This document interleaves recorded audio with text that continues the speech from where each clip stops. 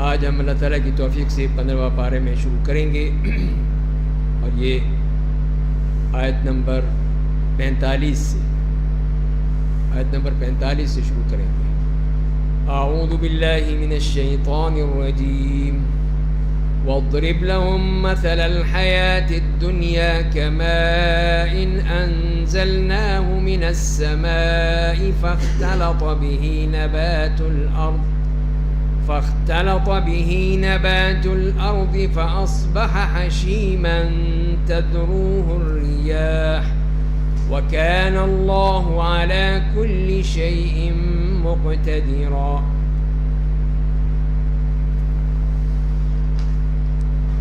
تو آج جو یہ آیات شروع کر رہے ہیں جس میں ہم نے پہلے 2 مثالیں پڑھی تھیں، اور یہاں پر بھی اللہ تعالیٰ نے دنیاوی زندگی کی مثال بیان کی ہے اور فرمایا ہے کہ آپ کی مثال بیان کر دیجئے کہ وہ اس پانی کے مانند ہے جسے ہم آسمان سے نازل کرتے ہیں، بس اس کی وجہ سے زمین کا پودا گھنا ہو جاتا ہے، پھر وہ خشک ہو کر بھس بن جاتا ہے جسے ہوا اڑا کر لے جاتی ہے، اور اللہ ہر چیز پر قادر ہے۔ تو اللہ تعالیٰ نے دنیا اور اس کی نعمتوں کی بے ثباتی کے بارے میں یہ مثال واضح کی ہے کہ دنیا اپنی خوش رنگی اور اپنے زوال پذیر ہونے میں پانی کے قطرے کے مانند ہے۔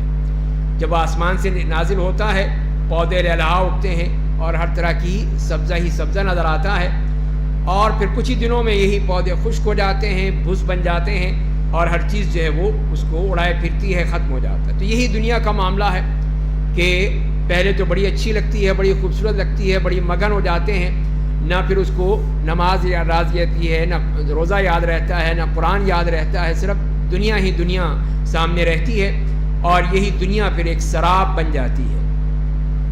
تو اسی لیے فرمایا کہ اگلی آیت نمبر 46 میں کہ مال اور اولاد دنیاوی زندگی کی زینت ہے، اور باقی رہنے والے نیک اعمال آپ کے رب کے نزدیک اجر کے اعتبار سے زیادہ بہتر ہیں، اللہ سے اچھی امید کے اعتبار سے۔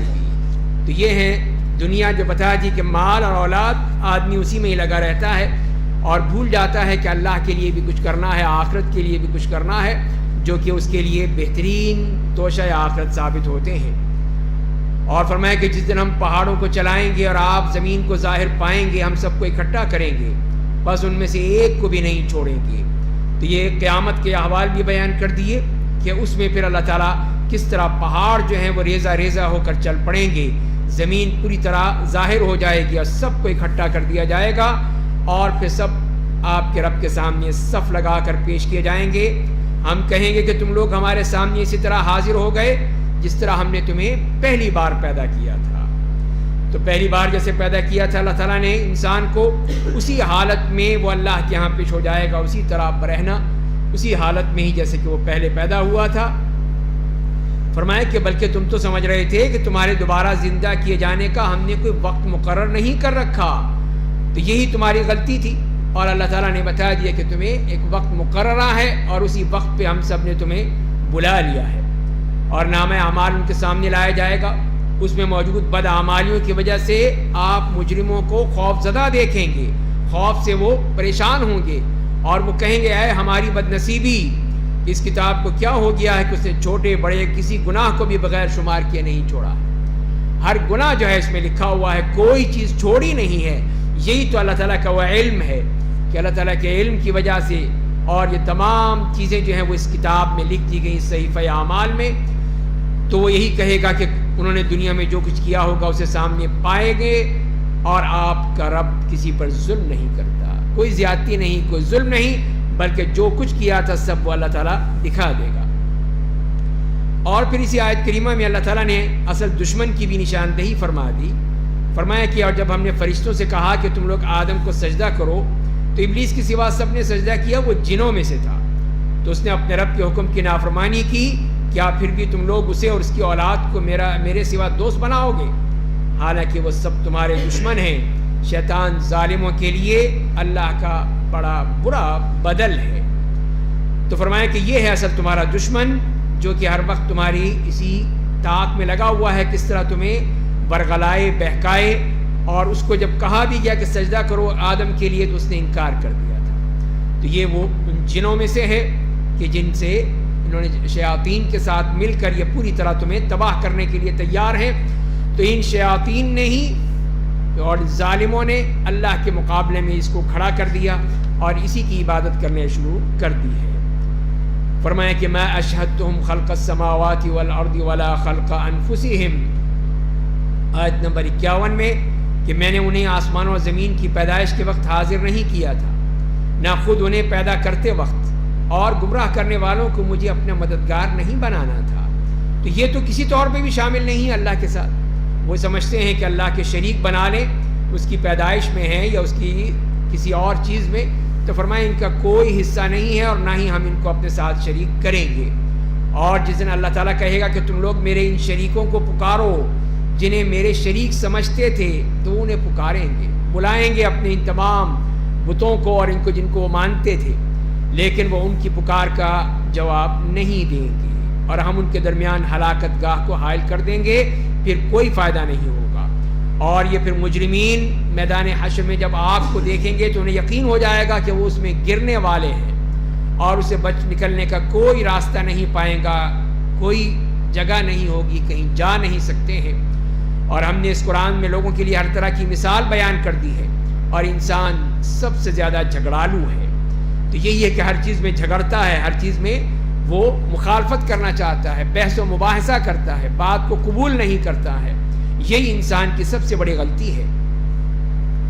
اور فرمایا اگلی آیت میں، آیت نمبر 55 میں، اور جب لوگوں کے پاس ہدایت آ گئی تو انہیں ایمان لانے اور اپنے رب سے مغفرت مانگنے سے کسی بات نے نہیں روکا ہے، مگر یہ انتظار کہ ان کے ساتھ بھی گزشتہ قوموں جیسا معاملہ ہو یا قیامت کے دن کا عذاب ان کی آنکھوں کے سامنے آ جائے۔ تو یہ ہے ان کا معاملہ کہ وہ اللہ سے مغفرت تو مانگتے نہیں ہیں، تو پھر ان کا حشر وہی ہوگا جو پچھلی قوموں کا ہوا تھا، اور اس طرح اللہ تعالیٰ ان کو اس عذاب سے دوچار کر دیں گے۔ فرمایا اگلی آیت میں کہ اور ہم رسولوں کو صرف اس لیے بھیجتے ہیں کہ وہ لوگ جنت کی خوشخبری دیں، جہنم سے ڈرائیں۔ یہ ہے انبیاء کرام کا اصل مقصد کہ وہ بشیر ہیں، بشارت دینے والے، نذیر ہیں، ڈرانے والے، اور اہل کفر باطل شبہات کے ذریعے جھگڑتے ہیں تاکہ ان کے ذریعے حق کو ختم کر دیں، اور میری آیتوں کا اور اس عذاب کے جس سے وہ ڈرائے جاتے ہیں مذاق اڑاتے ہیں۔ تو یہ ان کے سارے کرتوت جو بیان کیے جا رہے ہیں، اور اسی لیے فرما دیا اگلی آیت میں، اور اس آدمی سے بڑھ کر ظالم کون ہوگا اپنے حق میں؟ ظاہر ہے کہ وہ جو غلطیاں کر رہا ہے اس کی بھگتنا اسی کو پڑے گا۔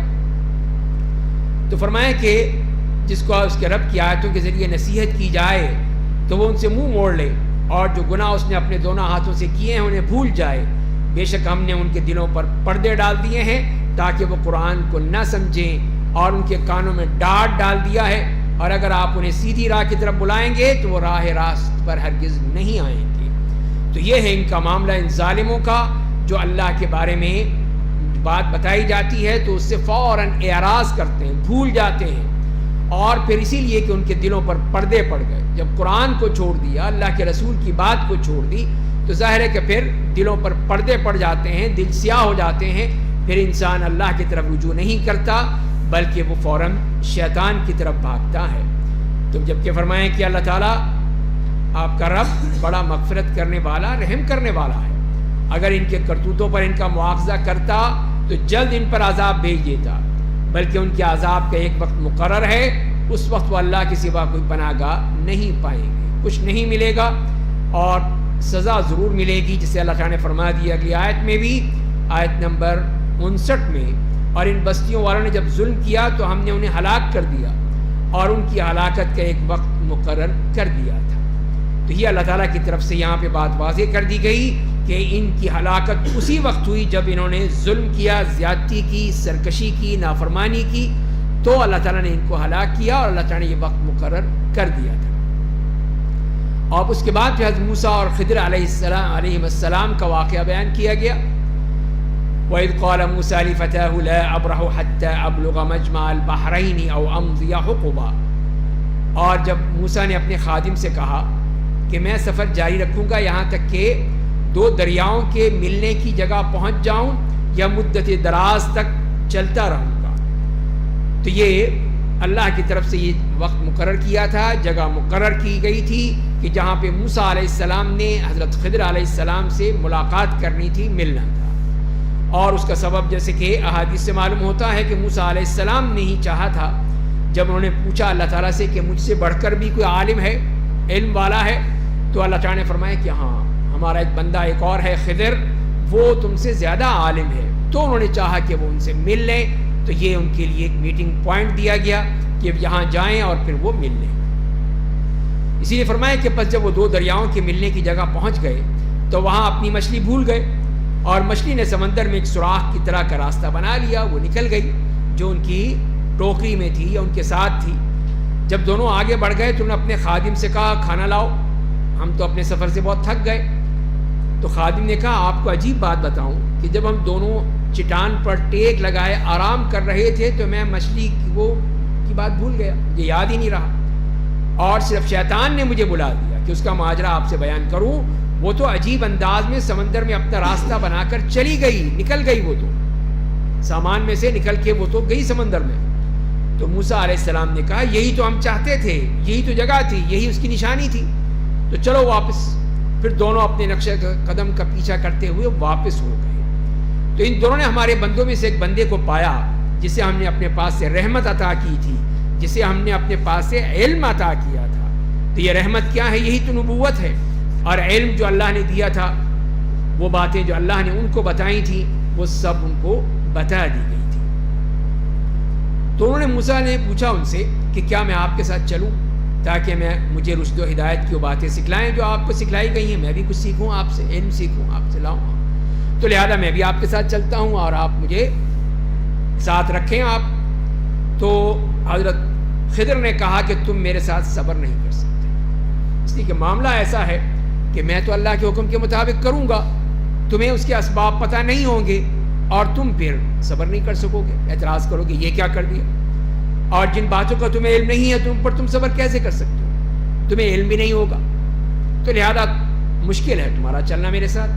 تو موسیٰ نے کہا کہ آپ انشاءاللہ مجھے صابر پائیں گے، صبر کروں گا، ثابت قدم رہوں گا، اور میں آپ کی کسی بات کی نافرمانی نہیں کروں گا. جو آپ کہیں گے آپ مانوں گا آپ کی، اور آپ کے ساتھ چلوں گا، تو مجھے لے چلیں ساتھ. تو حضرت موسیٰ علیہ السلام نے اصرار کیا اس کو، اور پھر انہوں نے کہا اگر تم میرے ساتھ چلنا ہی ہے تو مجھ سے کسی چیز کے بارے میں سوال مت کرنا، پوچھنا نہیں یہ کیوں کیا ہے، یہ سوال نہیں ہوگا، بس خاموشی سے دیکھتے رہنا، یہاں تک کہ میں خود ہی تمہیں اس کی بابت کچھ بتا دوں، میں بتاؤں گا، تم مت کچھ کہنا نہ کچھ اس پر سوال کرنا. چل پڑے دونوں، یہاں تک کہ جب دونوں کشتی میں سوار ہوئے اس میں سوراخ کر دیا. تو موسیٰ سے بول پڑے فوراً، صبر نہیں ہوا. کہا کہ یہ کیا کیا آپ نے، کہ اس میں سوراخ اس لیے کر دیا کہ تاکہ سارے ڈوب جائیں، یہ کیا کیا آپ نے، تو ہم تو بڑا خطرناک کام کیا آپ نے. تو انہوں نے کہا میں نے کہا نہیں تھا کہ تم میرے ساتھ صبر نہیں کر سکتے. کہتے چپ رہو، خاموشی سے سنو، لیکن تم نہیں مانتے، پھر بول پڑتے ہو.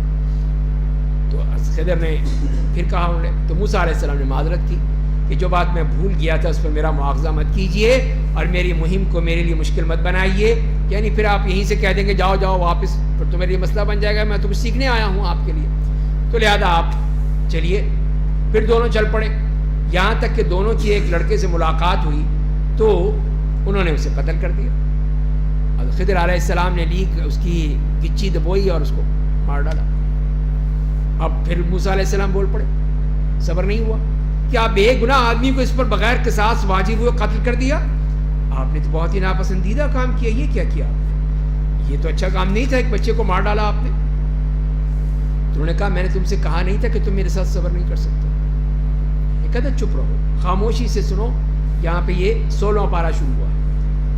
تو یہاں پر انہوں نے پھر یہی کہا کہ دیکھو میرے ساتھ تم صبر نہیں کر سکتے تو جاؤ. پھر موسیٰ نے کہا اگر میں نے اس کے بعد آپ سے کسی چیز کے بارے میں پوچھا تو پھر ٹھیک ہے، پھر آپ میرے ساتھ نہ رکھیے گا اپنے ساتھ اور مجھے جانے دیجیے گا. آپ میری جانب سے عذر کی انتہا تک پہنچ چکے، ٹھیک ہے، آپ نے کہا تھا، منع کیا تھا، لیکن میں نہیں چپ رہ سکا.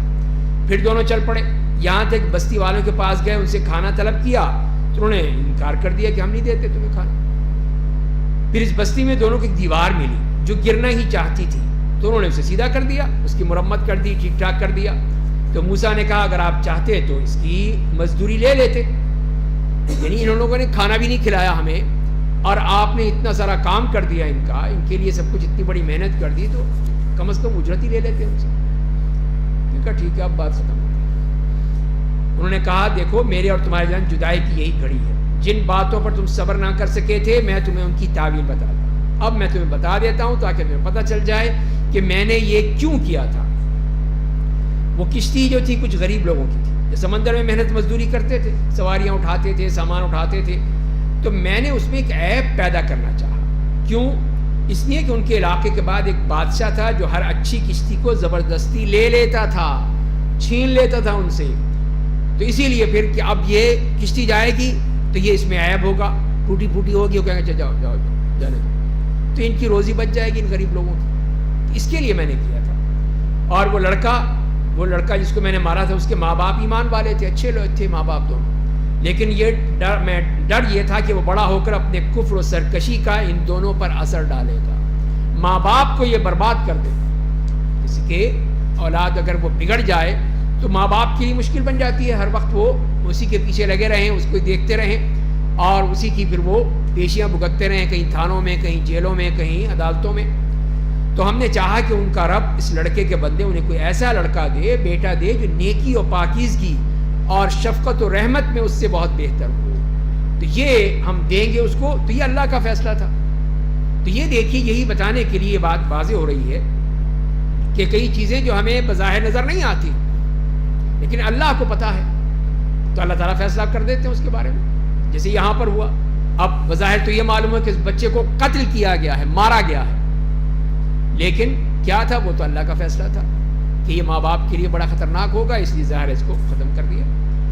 وہ عمل جدار، اور جہاں تک کہ دیوار کا معاملہ ہے، اس شہر میں رہنے والے 2 یتیم بچوں کی تھی، وہ جگہ بچوں کی تھی، اس کے نیچے ان دونوں کا خزانہ تھا، ان کا باپ نیک آدمی تھا، نیک باپ، اس کی بھی نیکی کام آ رہی ہے، باپ نیک آدمی تھا۔ کیوں فرمایا؟ اسی لیے کہ تو یہ اگر وہ نیک اولاد ہے اور یہ باپ دادا نیک تھے تو اس کا کئی پشتوں تک اس کے اثرات ظاہر ہوتے، ختم نہیں ہوں گے، ان کی نیکی، ان کی اللہ کے لیے اطاعت فرما برداری یہ کام آئے گی۔ اسی لیے فرمایا کہ ان کے دونوں کا باپ بڑا نیک آدمی تھا، تو تمہارے رب نے چاہا کہ وہ بھرپور جوان ہو جائیں اور اپنا خزانہ نکال لیں، تو یہ آپ کے رب کی ان کے لیے رحمت تھی۔ یہ سارے کام میں نے اپنی رائے سے نہیں کیے ہیں، یہی وہ تعبیر ہے جن باتوں پہ آپ صبر نہیں کر سکے تھے، اس کی وجہ یہ تھی۔ تو اس طرح حضرت خضر علیہ السلام نے سب کچھ بتا دیا موسیٰ کو کہ آپ صبر نہیں کر سکے، ورنہ تو دیکھیں آپ کو کتنی چیزیں معلوم ہو گئیں۔ اور خود نبی کریم صلی اللہ علیہ وسلم نے فرمایا کہ کاش موسیٰ تھوڑا سا اور صبر کر لیتے، ہمیں کچھ اور معلوم ہو جاتا، کچھ اور ہمیں چیزیں پتہ چل جاتی، لیکن موسیٰ صبر ہی نہیں کیا، تھے جلد بازی، بس جیسی فطرت ہو انسان کی۔ تو اسی لیے پھر ہم محروم رہ گئے اس علم سے۔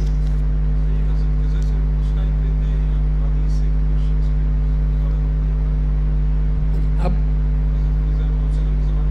جی ہاں، بہرحال یہ تو ہے کہ اس میں اب یہ نہیں کہہ سکتے کہ کب تک تھے وہ، لیکن اس زمانے کی بات ہو گئی، موسیٰ علیہ السلام کے زمانے میں تھے، لیکن بعد میں جو قصے کہانیاں زیادہ ہیں کہ وہ کہیں بھٹک رہا ہو تو اس کو راستہ پکڑ کے راستہ دکھا دیتے ہیں، کوئی ڈوب رہا ہو تو اس کا ہاتھ پکڑ کے نکال لیتے ہیں، اور یہ وہ اس قسم کی باتیں، یہ سب کہانیاں قصے ہیں، کوئی ثبوت نہیں ہے۔ تو بہرحال قرآن نے تو یہی کہا کل نفس ذائقۃ الموت، کہ ہر نفس کو موت کا مزہ چکھنا ہے، تو اس میں خضر بھی شامل ہے۔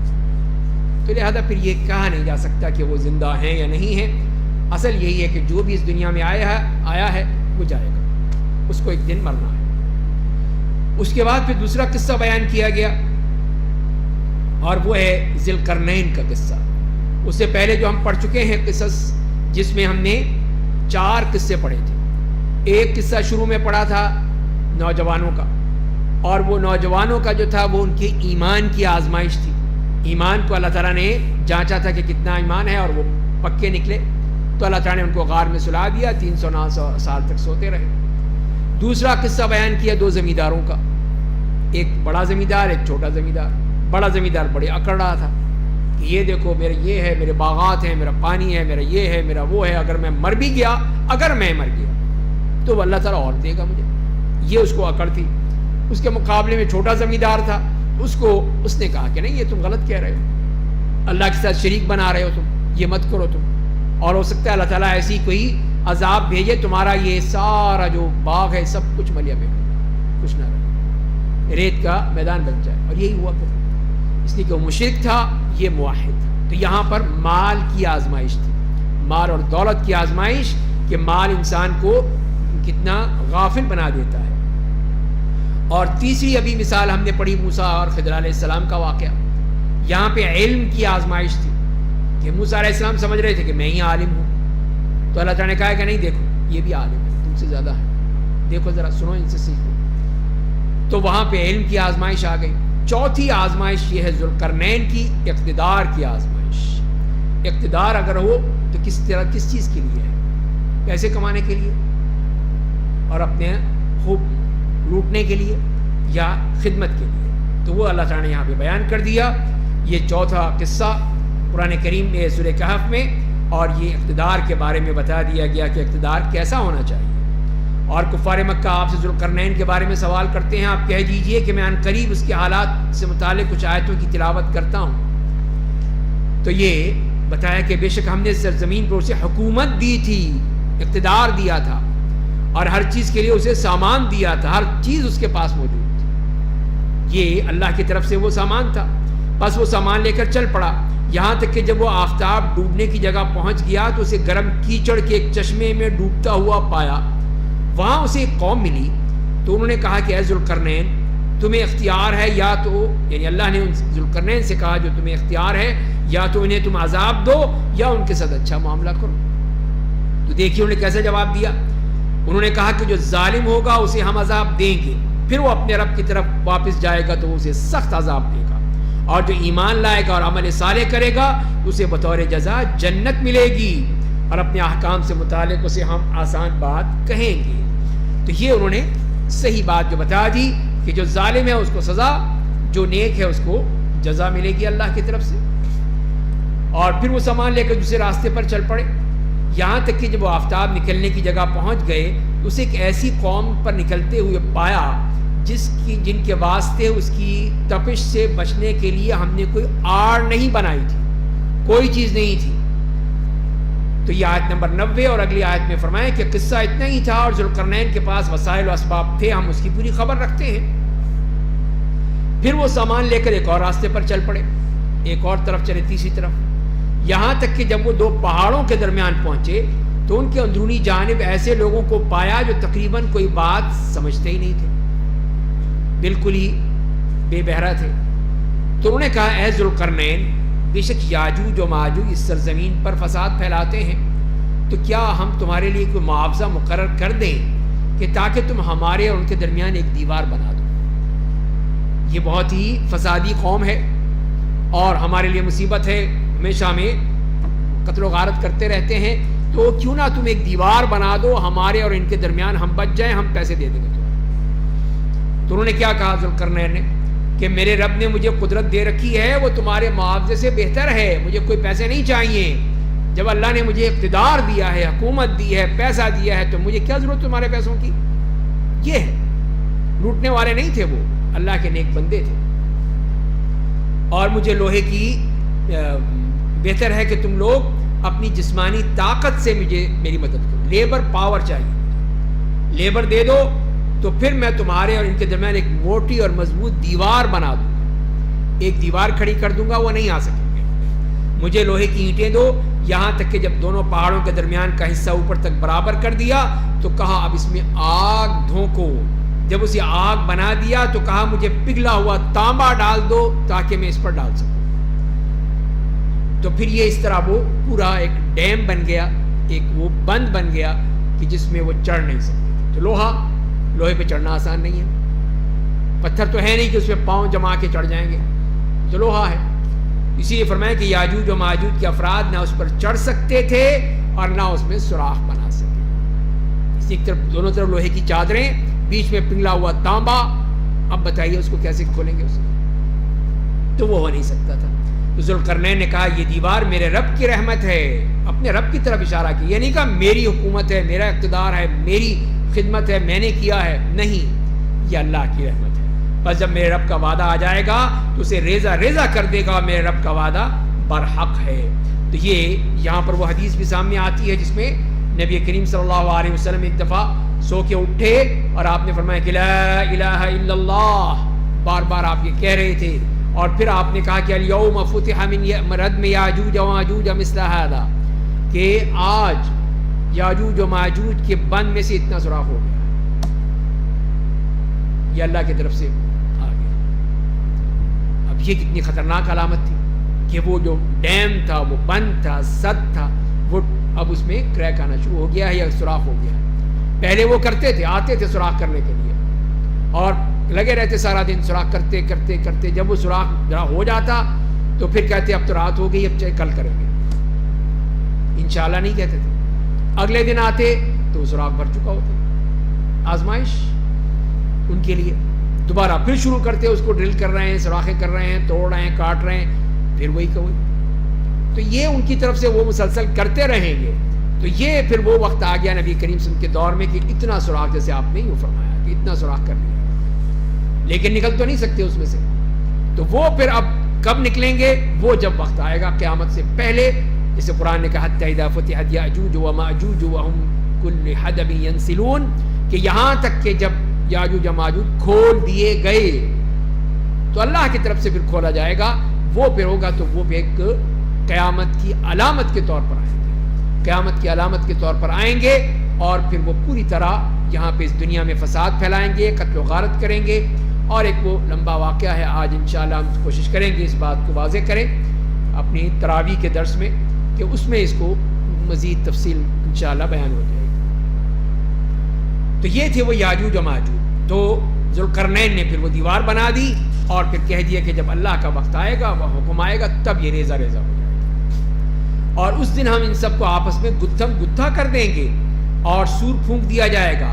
پھر ہم ان سب کو ایک ساتھ جمع کریں گے اور اس دن ہم جہنم کو کافروں کے بالکل سامنے لے آئیں گے، جن کی آنکھوں پر دنیا میں میری یاد سے پردہ پڑا ہوا تھا اور جو شدت عداوت سے ہمارا کلام نہیں سن سکتے تھے. اور پھر یہ دیکھیں گے جب وہ کافروں کے سامنے آئیں گے. کیا اہل کفر سمجھتے ہیں کہ قیامت کے دن وہ میرے سوا میرے بندوں کو اپنا دوست بنا لیں گے؟ بے شک ہم نے جہنم کو کافروں کی میزبانی کے لیے تیار کر رکھا ہے. آپ کہیے کیا ہم تمہیں خبر دیں اس دن اعمال کے اعتبار سے سب سے زیادہ گھاٹے میں کون ہوگا؟ کون گھاٹے میں ہی ہوگا؟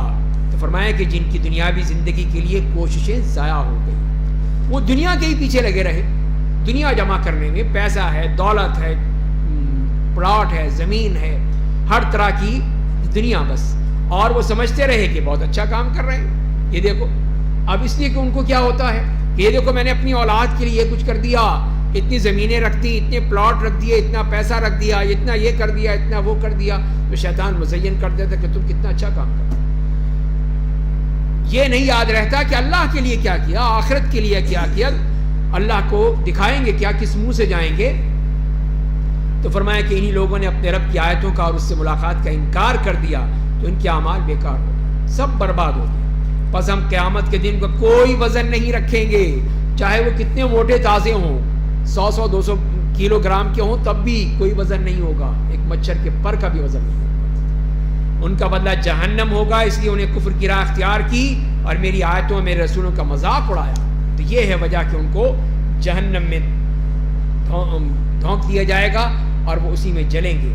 اس کے مقابلے میں اللہ کے نیک بندے، ان کے بارے میں بھی فرما دیا بے شک جو لوگ ایمان لائے اور انہیں عمل صالح کیا، ان کی ضیافت کے لیے فردوس کے باغات ہوں گے، ان میں ہمیشہ کے لیے رہیں گے، ان سے نکلنا نہیں چاہیں گے. اتنی بڑی جنت، اتنی بڑی نعمتیں، وہ نکلنا کیسے چاہیں گے؟ تو کہیں گے اللہ ہمیں اب تو یہیں رہنا ہے. تو آپ کہیے اگر میرے رب کے کلمات لکھنے کے لیے سارا سمندر روشنائی بن جائے اور تو میرے رب کے کلمات ختم ہونے سے پہلے سمندر خشک ہو جائے گا، چاہے مدد کے لیے ہم اسی جیسے اور سمندر لے آئیں. تو یہ اللہ تعالیٰ نے بتا دیا. اس کا علم کیا ہے؟ کہ اس کا علم یہ ہے کہ اللہ تعالیٰ کی جتنے بھی اس دنیا میں درخت ہیں وہ قلم بن جائیں، سارے سمندر جو ہیں وہ سیاہی بن جائیں اور پھر اللہ کے کلمات لکھے جائیں، تب بھی وہ مکمل نہیں ہو سکتے، نہیں پورے کیے جائیں. یہ ہے اللہ تعالیٰ کے علم کی وسعت کہ اس کا علم کتنا وسیع ہے. تو وہی چیز فرما دی گئی. تو آپ کہیے میں تو تمہارے جیسا کہ انسان ہوں، مجھے وہی آتی ہے میرے پاس، تمہارا معبود تو صرف ایک ہے. یعنی فرق میرے اور تمہارے درمیان یہی ہے صرف کہ میرے پاس وہی آتی ہے، تمہارے پاس نہیں آتی. بس میں بھی انسان، تم بھی انسان. میرے بھی بیوی ہیں، بچے ہیں، میں کھاتا ہوں، پیتا ہوں، بازار میں جاتا ہوں، نکلتا ہوں، سب کام کرتا ہوں. تو لہذا تمہیں اس پہ پریشان نہیں ہونا چاہیے. تو یہ ہے بس فرق. اور میں تمہیں یہ کہتا ہوں وحی کے ذریعے سے کہ تمہارا معبود صرف ایک ہے, اللہ ہے, وہ ہے تمہارا معبود. تو جو شخص اپنے رب سے ملنے کی یقین رکھتا ہے اسے چاہیے کہ نیک عمل کرے اور اپنے رب کی عبادت میں کسی کو شریک نہ بنائے. تو یہ ہے وہ اللہ کی طرف سے پیغام جو دے دیا گیا. اور اس طرح یہ سورہ کہف مکمل ہوتی ہے. اس کے بعد سورہ مریم ہے, مکی صورت ہے, اس میں 98 آیات ہیں. بسم اللہ الرحمن الرحیم. کاف ہا یا عین صاد ذکر رحمت ربک عبدہ زکریا. کاف ہا یا عین صاد, یہ آپ کے رب کی رحمت کا ذکر ہے جو اس نے اپنے بندے زکریا پر کیا تھا.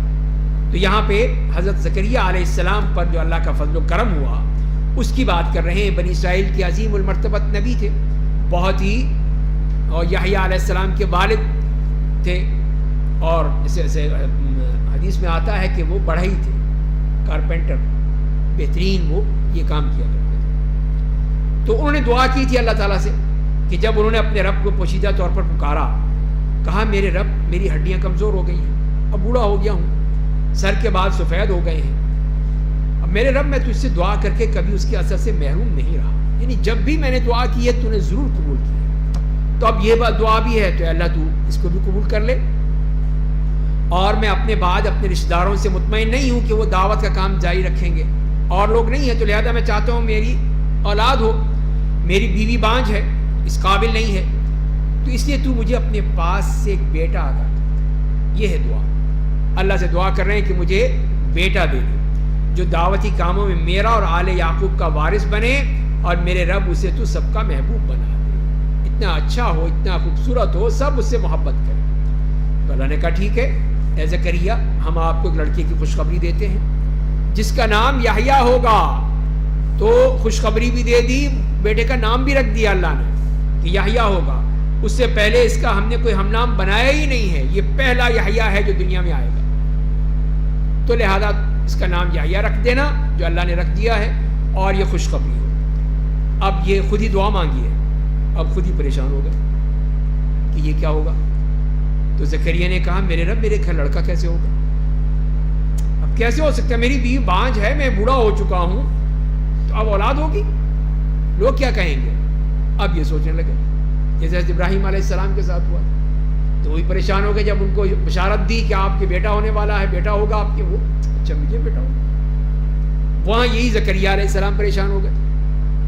اب دعا خود کی ہے, لیکن انسانی فطرت ہے نا کہ وہ اسباب پہ غور کرتا ہے کہ اب سبب تو ہے ہی نہیں, میں بڈھا کھسٹ ہو چکا ہوں, یہ بڑھیا بیٹھی ہے, بانجھ ہو چکی ہے, اس کے اولاد ہونی نہیں ہے, اب کیسے ہوگا. یہ نہیں سوچتے, یہ ذہن میں نہیں آیا ان کے فوراً, یہ تو اللہ کا فیصلہ ہے. تو اللہ تعالیٰ کے جو مسبب الاسباب ہے, اسباب اس کے آڑے نہیں آتے بلکہ اس کے حکم کے تابع ہوتے ہیں. تو لہذا فرمایا, فرشتے نے کہا ایسا ہی ہوگا, آپ کیوں گھبرا رہے ہیں, آپ کا رب کہتا ہے کہ یہ کام میرے لیے بالکل آسان ہے. اس سے قبل میں نے آپ کو پیدا کیا ہے جب آپ بھی کچھ نہیں تھے. آپ کہاں تھے زکریا, آپ بھی تو نہیں تھے, اللہ نے آپ کو پیدا کر دیا, اب آپ کے لیے اولاد پیدا کر دے گا. تو زکریا نے کہا میرے رب مجھے اس کی کوئی نشانی بتا, کوئی نشانی کہ میرا یہ اب کام ہوگا, میری بات قبول ہو چکی ہے, اب کوئی نشانی بتا دیں. تو اللہ نے کہا آپ کی نشانی یہ ہوگی کہ آپ 3 راتوں تک تندرست ہوتے ہوئے لوگوں سے بات نہیں کریں گے, اب زبان نہیں چلے گی, بس بند, بول نہیں سکیں گے. تو اب وہ محراب سے نکل کر اپنی قوم کے پاس آیا, ان سے اشارے میں کہا, پھر بول تو سکتے نہیں اب, کہ تم لوگ صبح شام اللہ کی تسبیح بیان کرو. ان کو یہ حکم دیا اور پھر انتظار کرنے لگے, اور پھر بیٹا ہو گیا حضرت زکریا علیہ السلام کے لیے. اللہ تعالیٰ نے نام تو خود رکھ دیا تھا یحییٰ. تو فرمایا کہ یحییٰ آپ تورات کو مضبوطی کے ساتھ تھام لیجئے, اور ہم نے بچپن ہی سے ان کو فیصلہ کرنے کی صلاحیت دے دی تھی, اور اپنے پاس سے انہیں رحم دلی اور پاکیزگی عطا کی تھی. وہ صاحب تقویٰ تھے, وہ اپنے ماں باپ کے فرما بردار تھے, اپنے رب کے حق میں سرکش و نافرمان نہیں تھے. ان کی تعریف فرما دی ہے کہ یہ ہیں حضرت یحییٰ علیہ السلام. اللہ کے سلامتی ان کے شامل حال رہی جس دن وہ پیدا ہوئے, اور اس دن بھی رہے گی جب وہ وفات پائیں گے, اور اس دن بھی جب وہ زندہ اٹھائے جائیں گے, دوبارہ زندہ ہوں گے. تو یہ ہے, پہلے بتا دیا اور اسی میں یہی دکھانا ہے کہ اللہ تعالیٰ کے ہاں کوئی چیز ناممکن نہیں ہے. زکریا کو بڑھاپے کے باوجود اولاد مل سکتی ہے، یہ اللہ کا کام. اب اگلی رکوع میں بھی حضرت مریم کا واقعہ ہے، یہی بتانے کے لیے کہ مریم کو بغیر شوہر کے اس کے ہاں اولاد ہو سکتی ہے. یہ سب اللہ کا کام ہے، یہ اللہ کے کارنامے ہیں، کوئی اس کو چیلنج نہیں کر سکتا. فرمایا کہ وَاذْكُرْ فِي الْكِتَابِ مریم، آیت نمبر 16 میں فرمایا آپ قرآن میں مریم کا ذکر بھی کیجئے جب وہ اپنے گھر والوں سے دور مشرق کی جانب چلی گئیں، پھر لوگوں کی طرف سے اپنے لیے ایک پردہ بنا لیا، تو ہم نے ان کے پاس اپنا فرشتے جبریل کو بھیجا. جبریل علیہ السلام کو جاؤ کہ بتاؤ ان کو. بس وہ ان کے سامنے ایک بھلے چنگے انسان کی شکل میں ظاہر ہو گئے، انسان کی شکل میں. تو مریم نے کہا اگر تم اللہ سے ڈرنے والے ہو تو میں تم سے رحمان کے ذریعے پناہ مانگتی ہوں. وہ ڈر گئیں، گھبرا گئیں کہ یہ بندہ کہاں سے آ گیا، اسی لیے اللہ سے پناہ مانگ رہی ہیں. تو جبریل علیہ السلام نے کہا کہ میں تمہارے رب کا پیغامبر ہوں، میں آپ کو ایک بیٹا دینے آیا ہوں، پاکیزہ بیٹا دوں گا. تو مریم نے کہا کہ مجھے بیٹا کیسے ہوگا، میرے ہاں اولاد کیسے ہوگی، مجھے تو کسی نے چھوا تک نہیں ہے، میں بدکار عورت نہیں ہوں، میں ایسے کام کیسے کر سکتی ہوں، ایسا کیسے ہو سکتا ہے. تو جبریل علیہ السلام نے کہا ایسا ہی ہوگا، تمہارا رب کہتا ہے کہ یہ کام میرے لیے آسان ہے، اور تاکہ ہم اسے لوگوں کے لیے اپنی قدرت کی ایک نشانی اور رحمت بنا دیں. اور یہ ایک ایسی بات ہے جس کا فیصلہ ہو چکا ہے، فیصلہ ہو گیا اللہ کے ہاں، اب ہو کر رہے گا، اب کوئی اعتراض ہو ہی نہیں سکتا ہے. تو اس طرح حضرت مریم کو یہ اطلاع مل گئی کہ اب وہ تیار ہو جائیں، ان کے ہاں بیٹا ہوگا. تو فرمایا کہ فَحَمَلَتْهُ فَانْتَبَذَتْ بِهِ مَكَانًا قَصِيًّا، آیت نمبر 22 میں چنانچہ وہ حاملہ ہو گئیں اور اسے لیے ایک دور جگہ پہ چلی گئی، وہاں پہ لوگوں سے چھپ کر اپنے تاکہ دور سے اپنا عبادت کرتی رہیں. پھر زچگی کی تکلیف نے انہیں کھجور کے درخت کے پاس پہنچا دیا، کہنے لگی اے کاش میں اس سے پہلے ہی مر چکی ہوتی اور ایک بھولی بسری یاد بن گئی ہوتی، یہ دن نہ دیکھنا پڑتا مجھے اس وقت اس زچگی کی تکلیف میں یا اس کے بعد جو ہونا تھا اس کے بارے میں. اسی لیے وہ کہنے کاش میں مر گئی. فناداها من تحتها، تو آیت نمبر 24 میں فرمایا تو فرشتے نے ان کی نچلی جانب سے پکارا کہ تم غم مت کرو، کیوں پریشان کیوں ہوتی ہو، تمہارے رب نے تمہارے نیچے کی جانب ایک چشمہ جاری کر دیا، ایک ٹھنڈا میٹھا چشمہ ہے، اور کھجور کے درخت کو پکڑ کر اپنی طرف ہلاؤ، چیدہ اور تازہ کھجوریں تمہارے لیے گریں گی، بالکل تازہ وہ تمہارے لیے گرے گی، بس کھاؤ اور پیو اور اپنی آنکھ بچے کو دیکھ کر ٹھنڈی کرو. اب یہ کھجوریں تازہ کھجوریں کب ملتی ہیں، دسمبر میں یا جون جولائی میں، گرمیوں میں، تو گرمیاں ہوئی نا، تو دسمبر میں کرسمس کہاں سے آ گئی،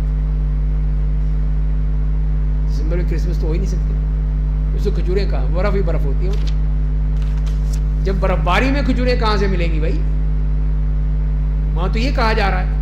اور پانی اگر برف باری ہے تو پانی تو جم گیا ہوگا سارا وہاں پہ، تو گرمی کا وقت تھا، گرمی تھی، اس میں سب وہ دکھایا جا رہا ہے کہ کس طرح مریم نے جب وہ کھجور کا تنا گرایا ہلایا ہے تو اوپر سے کھجوریں تازہ کھجوریں گرنا شروع ہو گئی. کھاؤ اب تو اتنی قوت طاقت والی چیز ہے، اور ٹھنڈا پانی نیچے موجود ہے، چشمہ، پانی پیو.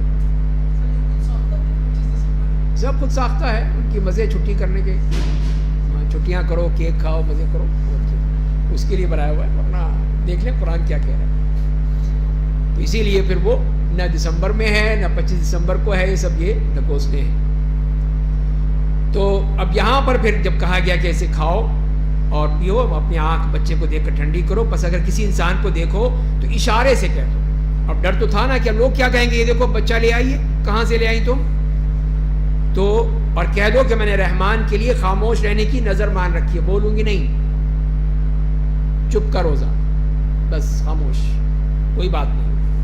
اس لیے آج کسی انسان سے بات نہیں کروں گی. پھر وہ بچوں کے اٹھائے ہوئے اپنے لوگوں کے پاس آئیں، پھر اپنی بستی میں انہوں نے کہا مریم تم نے بہت ہی برا کام کیا، یہ کیا کیا، یہ بچہ کہاں سے آ گیا.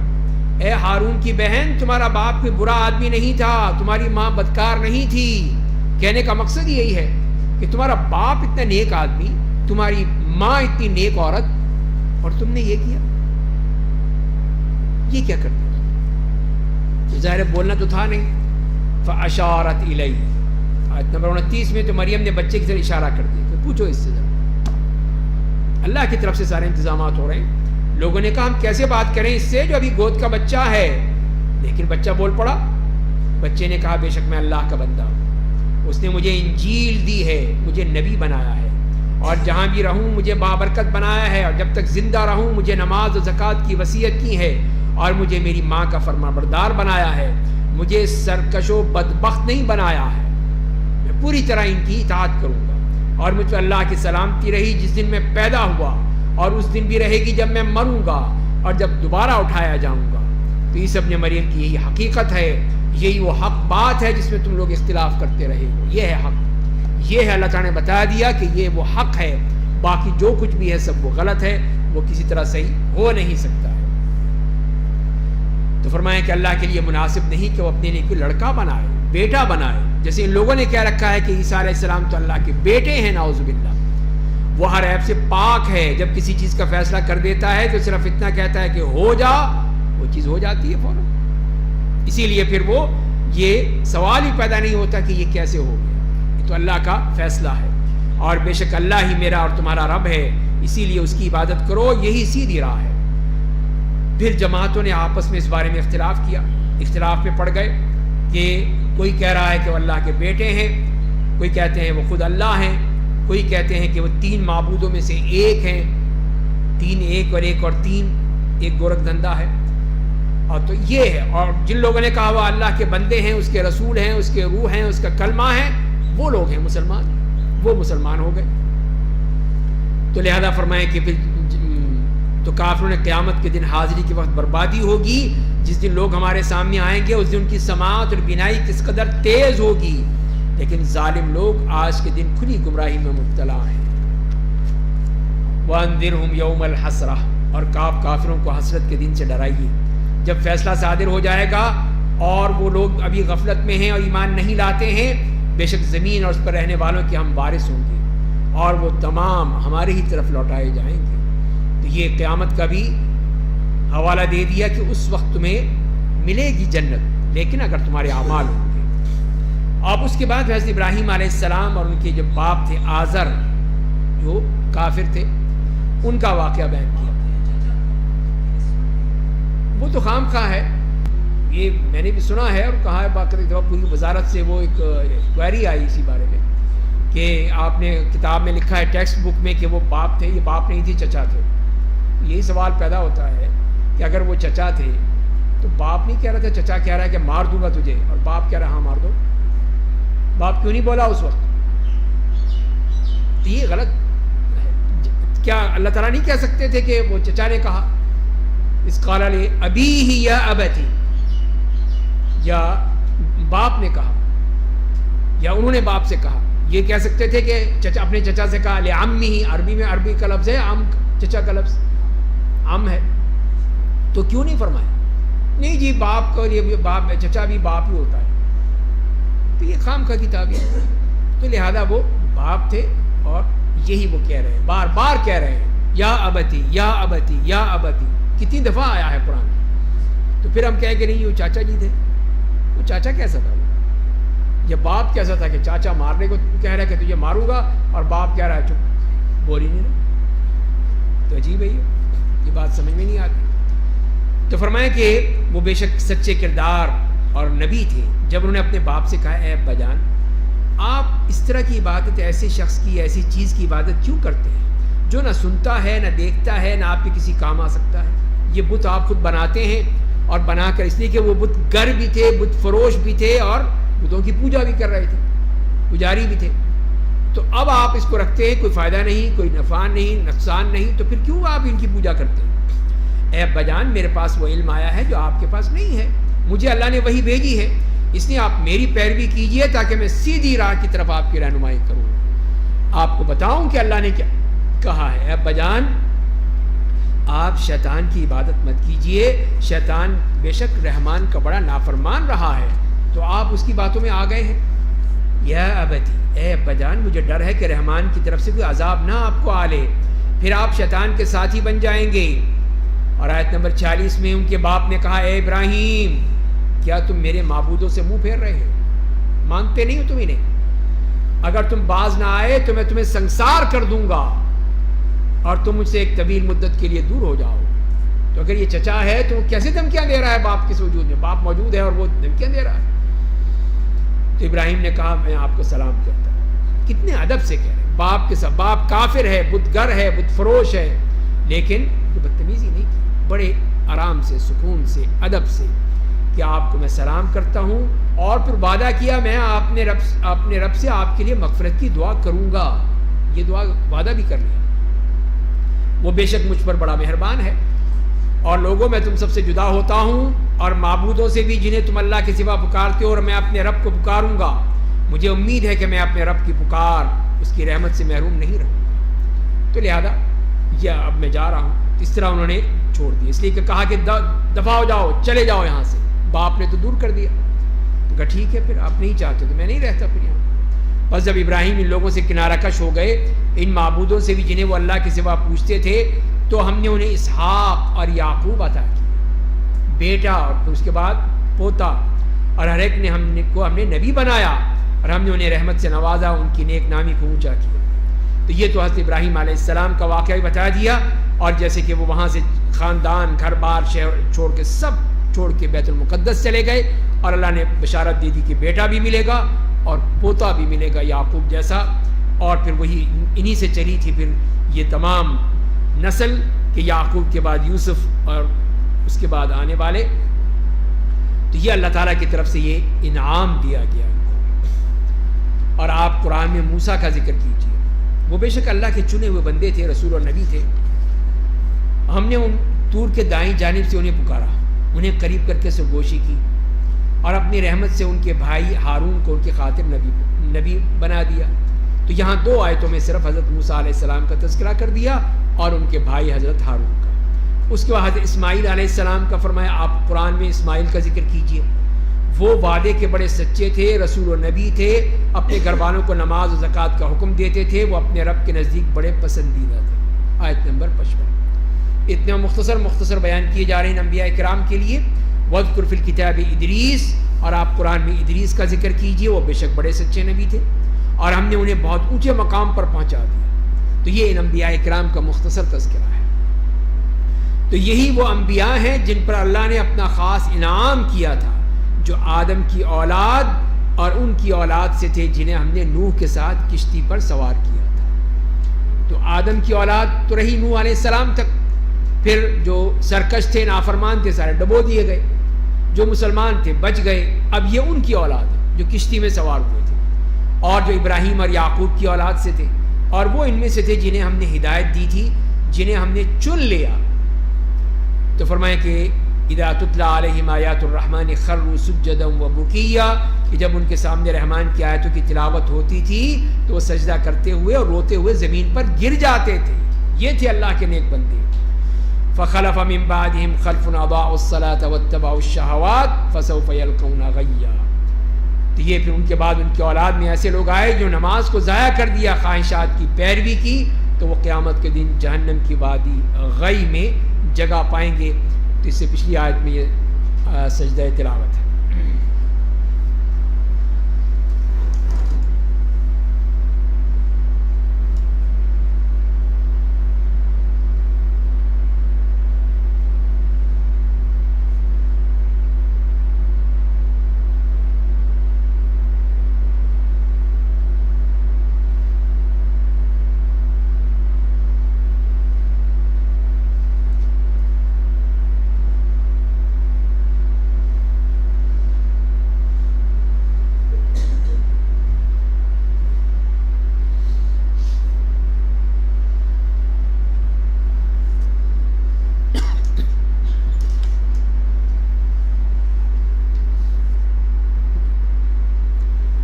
تو اس طرح اللہ تعالیٰ نے ان آیات میں انبیاء اکرام میں زکریا علیہ السلام سے لے کر ادریس علیہ السلام تک ان تمام انبیاء اکرام کا تذکرہ فرمایا، اور یہی بتانے کے لیے انہیں اللہ تعالیٰ نے دنیاوی بھی نعمتیں دیں اور آخرت کی نعمتیں بھی دی، دین بھی دیا، اور انہی کو منتخب کر لیا، چن لیا، اور پھر فرمایا کہ ان کی اولاد میں سے ایسے لوگ آئے جنہوں نے نماز کو ضائع کیا، نماز ہی ضائع کر دیا، نماز نہیں پڑھتے تھے، خواہشات کی پیروی کرتے تھے. تو یہی ہوتا ہے، جہاں نماز نہیں ہوتی پھر وہاں کیا ہوتا ہے؟ خواہشات کی پیروی ہوتی ہے، جسے قرآن نے کہا ہے وَاتَّبَعُوا الشَّهَوَاتِ، اور پھر ان کا ٹھکانہ جہنم میں غی میں ہوگا. إِلَّا مَن تَابَ وَآمَنَ وَعَمِلَ صَالِحًا، آیت نمبر 60 میں. لیکن جن لوگوں نے توبہ کر لی، عمل صالح کیا، وہ جنت میں داخل ہوں گے، ان پر ذرا سا بھی ظلم نہیں ہوگا. عدن نام ان کی جنتوں میں داخل ہوں گے جن کا رحمان اپنے بندوں سے غائبانہ وعدہ کر رکھا ہے، بے شک اس کا وعدہ پورا ہو کر رہے گا. اس میں وہ لوگ کوئی لغو بات نہیں سنیں گے، کوئی غلط، کوئی بکواس، کوئی بات نہیں ہوگی. صرف ایک دوسرے کو سلام کرتے ہوئے سنیں گے، سلامن سلاما. اور اس میں صبح و شام ان کو روزی ملتی رہے گی، 2 وقت بس، 3 وقت نہیں ملے گی. یہ ہمارے سارے وہ کیا لیے نخرے ہیں کہ 3 وقت کھائیں، صبح ناشتہ بھی کریں، لنچ بھی کریں، ڈنر بھی کریں، اور بیچ میں چائے بھی چلے اور یہ بھی چلے. کیا تماشا بنا رکھا تھا؟ تو اللہ تعالیٰ نے کہا کہ 2 ہی وقت ملے، صبح و شام، بس دیکھ لیجیے. باقی آپ کی مرضی ہے، کھائیں پیئیں مزے کریں، لیکن کھانا 2 ہی وقت. تو یہ وہ جنت ہے جس کا وارث اپنے بندوں میں سے ہم اسے بنائیں گے جو صاحب تقویٰ ہوگا. یہ ہے متقی پرہیزگاروں کی ہے. وَمَا نَتَنَزَّلُ إِلَّا بِأَمْرِ رَبِّكَ. تو آپ نبی کریم صلی اللہ علیہ وسلم، ظاہر ہے کہ آپ کو خواہش رہتی تھی کہ جبریل تشریف لائیں، ایک خوشی ہوتی تھی کہ اللہ سے میرا رابطہ قائم ہے، تو آپ چاہتے تھے کہ وہ آئیں. تو اس دفعہ کہہ دیا کہ آپ کثرت سے کیوں نہیں آتے، بار بار آیا کریں، مجھے خوشی ہوتی ہے. تو انہیں جواب دے دیا، اللہ تعالیٰ کی طرف سے جواب آ گیا کہ ہم فرشتے آپ کے رب کی مرضی کے بغیر زمین پر نہیں اترتے، ہم ان حکم کے پابند ہیں. ہم خود نہیں آتے کہ اپنی مرضی سے آ جائیں، چلو جی چلو ملنے چلیں، نہیں، یہ اللہ کا حکم. وہ کہے گا جاؤ، چل جائیں گے. یہ ہے ہمارا معاملہ. تو اسی کے پاس ان تمام باتوں کا علم ہے جو ہمارے آگے ہیں، ہمارے پیچھے ہیں، جو ان کے درمیان ہیں. آپ کا رب کسی بات کو بھولنے والا نہیں ہے، وہ بھول نہیں جاتا. تو لہذا یہی کہا کہ کوئی یہ نہ بھول جائے کہ اللہ تعالیٰ نے اس کو بھلا دیا ہے. وما کان ربک نسیا، اللہ تعالیٰ بھولنے والا نہیں، وہ اپنے ہر بندے کی کو یاد رکھتا ہے. کوئی نہیں، چاہے کتنا اس پہ ظلم ہو، زیادتی ہو، مظلوم ہو، یہ نہ سمجھے کہ اللہ تعالیٰ نے اس کے ساتھ نہیں کیا. اللہ تعالیٰ کرے گا، لیکن اپنے وقت پر. وہ آسمان اور زمین اور ان دونوں کے درمیان پائی جانے والی ہر چیز کا رب ہے. اسی لیے آپ اسی کی عبادت کیجئے اور اس کی عبادت کی راہ میں ہر تکلیف کو گوارا کیجئے. کیا آپ کے علم میں اس کا کوئی ہم نام ہے؟ اس جیسا کوئی ہو سکتا ہے؟ نہیں ہو سکتا. اور انسان کہتا ہے کہ جب میں مر جاؤں گا، قبر سے زندہ نکالا جاؤں گا، کیا یہ انسان یہ بات یاد نہیں رکھتا ہم نے اس کو پہلے بھی تو پیدا کیا تھا جب وہ کچھ بھی نہیں تھا، اور اب کہتا ہے کہ یہ کیسے ہوگا کہ میں دوبارہ زندہ ہو جاؤں؟ جب پہلے پیدا ہوئے تھے اس وقت کیا تھا؟ بس آپ کے رب کی قسم، ہم انہیں اور شیاطین کو ضرور اکٹھا کریں گے، پھر انہیں جہنم کے گرد حاضر کریں گے اس حال میں کہ وہ گھٹنوں کے بل گرے ہوئے ہوں گے. تو یہ ان کا معاملہ ہوگا کہ یہ لوگ یہ سمجھتے ہیں کہ ہم دوبارہ زندہ نہیں ہوں گے. تو یہ ہو نہیں سکتا ہے، یہ تو ہو کر رہے گا اور تم دوبارہ زندہ ہوگے. اور وہاں پہ بتا دیا کہ کس طرح تم اپنے گھٹنوں کے بل کھڑے ہو کر اللہ تعالیٰ سے مانگ رہے ہو. پھر ہر جماعت میں سے ہم ایسے لوگوں کو جدا کریں گے جو اللہ سے سرکشی میں زیادہ تیز، زیادہ سرکش، زیادہ نافرمان، فرعون جیسے لوگ. پھر ہم یقیناً لوگوں کو خوب جانتے ہیں جو جہنم میں داخل ہونے کے زیادہ مستحق ہیں، اور تم میں سے ہر شخص اس پہ سے ضرور گزرے گا. لازمی ہے گزرنا، یہ اللہ کا فیصلہ ہے، حتمی فیصلہ ہے. اس پل صراط سے تمہیں گزرنا ہے، ہر شخص کو جو فرما دیا ہے. یہ وہ ہے، یہ آپ کے رب کا حتمی فیصلہ ہے. تو لہذا پھر جو بھی ہوگا نیک اور بد سب وہیں سے گزرتے چلے جائیں گے. اور جیسے کہ حدیث میں آیا ہے کہ اس میں سے کچھ لوگ تو وہ ہوں گے جو کہ انتہائی تیزی سے گزرتے چلے جائیں گے، بالکل جیسے بجلی چمکتی ہے اس طرح گزر جائیں گے. کوئی تیز گھوڑوں کی مانند، کوئی اور اس طرح، اور کچھ ہے جو گھسٹتے گھسٹتے گھسٹتے جائیں گے. اور کافر تو چل ہی نہیں سکیں گے، وہ اس پہ سے گر پڑیں گے نیچے جہنم میں. تو یہ جہنم نیچے ہوگی، اس میں مارے جائیں گے. اللہ تعالیٰ ہمیں محفوظ رکھے. تو فرمائیں کہ پھر ہم لوگوں کو بچا لیں گے جو دنیا میں اللہ سے ڈرتے رہے، اور ظالموں کو اس میں گھٹنوں کے بل گرا ہوا چھوڑ دیں. تو ظالم تو سیدھے اس جہنم میں جائیں گے، وہ پل صراط سے گزر ہی نہیں سکتے. اور جب ان کے سامنے ہماری صحیح آیتوں کی تلاوت کی جاتی ہے تو اہل کفر ایمان والوں سے کہتے ہیں کہ ہم دونوں گروہوں میں سے مقام، مرتبہ، مجلس کے اعتبار سے کون زیادہ اچھا ہے؟ تو اہل کفر پوچھ رہے ہیں ہم نے ان سے پہلے بہت سی قوموں کو ہلاک کر دیا جو گھریلو ساز و سامان اور اسباب نام و نمود کے اعتبار سے بہتر تھیں، بہت کچھ تھا ان کے پاس، لیکن اللہ کے سامنے ان کی کوئی قیمت نہیں تھی۔ ہم اور فرمائیں کہ آپ کہہ دیجئے جو گمراہ ہو جاتا ہے اسے رحمان خوب ڈھیل دیتا ہے، یہاں تک کہ جب وہ اس چیز کو دیکھ لیں گے جس کا ان سے وعدہ کیا جاتا رہا ہے، یا دنیاوی عذاب یا قیامت، تو انہیں معلوم ہو جائے گا کہ مرتبے کے اعتبار سے کون زیادہ برا ہے اور افراد کے اعتبار سے کون زیادہ کمزور ہے۔ تو یہ بتا دیا کہ کفار قریش تو یہ جا کے یہ ان سے پوچھتے تھے یہودیوں سے، بتاؤ اچھا کون ہے، تم ہو یا یہ مسلمان ہیں؟ تو اللہ تعالیٰ نے بتا دیا کہ یہ ہے، معیار یہ ہے کہ کون کمزور ہوگا یہ اللہ تعالیٰ بتائے گا، اور جو لوگ سیدھی راہ پر چلتے ہیں اللہ ان کی مزید رہنمائی کرتا ہے، اور باقی رہنے والی نیکیاں آپ کے رب کے نزدیک ثواب کے اعتبار سے زیادہ بہتر ہیں اور نتیجے کے اعتبار سے زیادہ اچھی ہیں۔ تو کیا آپ نے اس شخص کو دیکھا جس نے ہماری آیتوں کا انکار کیا اور کہا یقیناً مجھے آخرت میں بھی مال و اولاد ملے گی، وہاں پہ بھی مزے کروں گا میں؟ تو خباب بن ارت رضی اللہ تعالیٰ عنہ لوہار تھے، تو عاص بن وائل کے ذمے ان کا قرضہ تھا، تو گئے کہ لاؤ میرا پیسے دو میرے، تو انہوں نے کہا نہیں دوں گا۔ کہنے لگا العاص کہ نہیں دوں گا جب تک کہ تم محمد کے اوپر کفر نہ کرو، اس کی نبوت کا انکار نہ کرو، اس وقت تک میں نہیں دیتا۔ تو انہوں نے صاف کہہ دیا کہ نہیں، میں تو نبوت کا انکار نہیں کروں گا، جب تم دوبارہ اٹھائے جاؤ گے اس وقت تک میں ہو ہی نہیں سکتا کہ میں نبوت یہ ان کے انکار کروں۔ تو کہا ٹھیک ہے، پھر جب مر کر دوبارہ اٹھائے جائیں گے نا پھر آ جانا، جب دوبارہ زندہ ہوں گے تو پھر آ جانا، پھر لے لینا پیسے، میرے پاس مال اور اولاد ہوگی تو میں دے دوں گا پیسے تمہیں۔ تو وہی اللہ نے کہا کہ یہ دیکھو یہ کیا باتیں کر رہا ہے، کیا آپ نے اس شخص کو دیکھا جس نے ہماری آیتوں کا انکار کیا اور کہا یقیناً مجھے آخرت میں بھی مال اور اولاد ملے گا؟ کیا وہ غیب کی خبریں رکھتا ہے؟ پتہ ہے اس کو کوئی، یا اس نے رحمان سے کوئی عہد لے رکھا ہے، کوئی اس کے پاس کوئی معاہدہ ہے؟ ہرگز نہیں، کوئی بات نہیں دونوں میں سے، جو کہہ رہا ہے اسے ہم لکھ رہے ہیں، اس کے لیے ہم عذاب کو خوب بڑھا دیں گے، وہاں مزہ چکھائیں گے، اور وہ جس مال اور اولاد کی بات کر رہا ہے اسے ہم اس سے واپس لے لیں گے اور وہ تنہا ہمارے سامنے آئے گا، کچھ نہیں ہوگا اس کے پاس۔ اور انہوں نے اللہ کے سوا بہت سے معبود بنا لیے تاکہ روز قیامت ان کی حمایت کریں، آیت نمبر 81 میں، اور فرمایا 82 میں کہ ہرگز نہیں، وہ تو ان کی عبادت کے منکر ہو جائیں گے، الٹا ان کے دشمن بن جائیں گے، تو کیا کام آئیں گے؟ وہ جو مرضی کرتے رہیں کوئی فائدہ نہیں ہوگا۔ کیا آپ دیکھتے نہیں کہ ہم نے شیطانوں کو کافروں کے پیچھے لگا رکھا ہے، وہ انہیں کفر و معاصی پر خوب ابھارتے رہتے ہیں، خوب ان کو لگایا ہوا ہے انہوں نے، بس آپ ان کے بارے میں جلدی مت کیجئے، ہم ان کے دن گن رہے ہیں، ایک ایک دن گن رہے ہیں، کب ان کا وقت آئے گا۔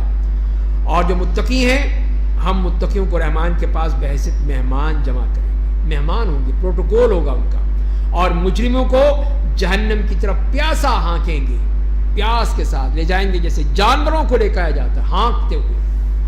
لوگوں کسی کے لیے سفارش کرنے کا اختیار نہیں ہوگا مگر جس کو رحمان سے اجازت ملے گی، یا لوگ کسی کی سفارش کے حقدار نہیں ہوں گے مگر وہ جنہوں نے دنیا میں رحمان کے کلمہ توحید کا اقرار کیا ہوگا۔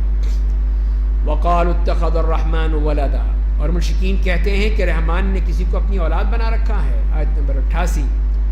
یقیناً تم لوگوں نے یہ کہہ کر بہت بھاری گناہ کیا، اتنی بڑی بات کہہ دی، اتنی اللہ تعالیٰ کی شان میں گستاخی کہ اللہ کی اولاد ہے، قریب ہے کہ اس کے اثر سے آسمان پھٹ جائیں، زمین میں شگاف پڑ جائے، پہاڑ ٹکڑے ٹکڑے ہو جائیں، اس لیے کہ وہ لوگ رحمان کے لیے بیٹا ثابت کر رہے ہیں۔ کتنا اللہ تعالیٰ کو اس پہ غصہ ہے کہ اگر جو انہوں نے کہا ہے اس قسم کی باتیں، اور رحمان کے لیے تو یہ مناسب ہی نہیں ہے کہ وہ اپنے لیے کسی کو لڑکا بنائے، کوئی بیٹا بنائے، تو ہو ہی نہیں سکتا، اس کے لیے ضرورت ہی نہیں ہے اس کی۔ آسمان اور زمین جتنے ہیں سب رحمان کے سامنے بندے کی حیثیت سے حاضر ہوں گے، تو سارے اس کے بندے ہیں۔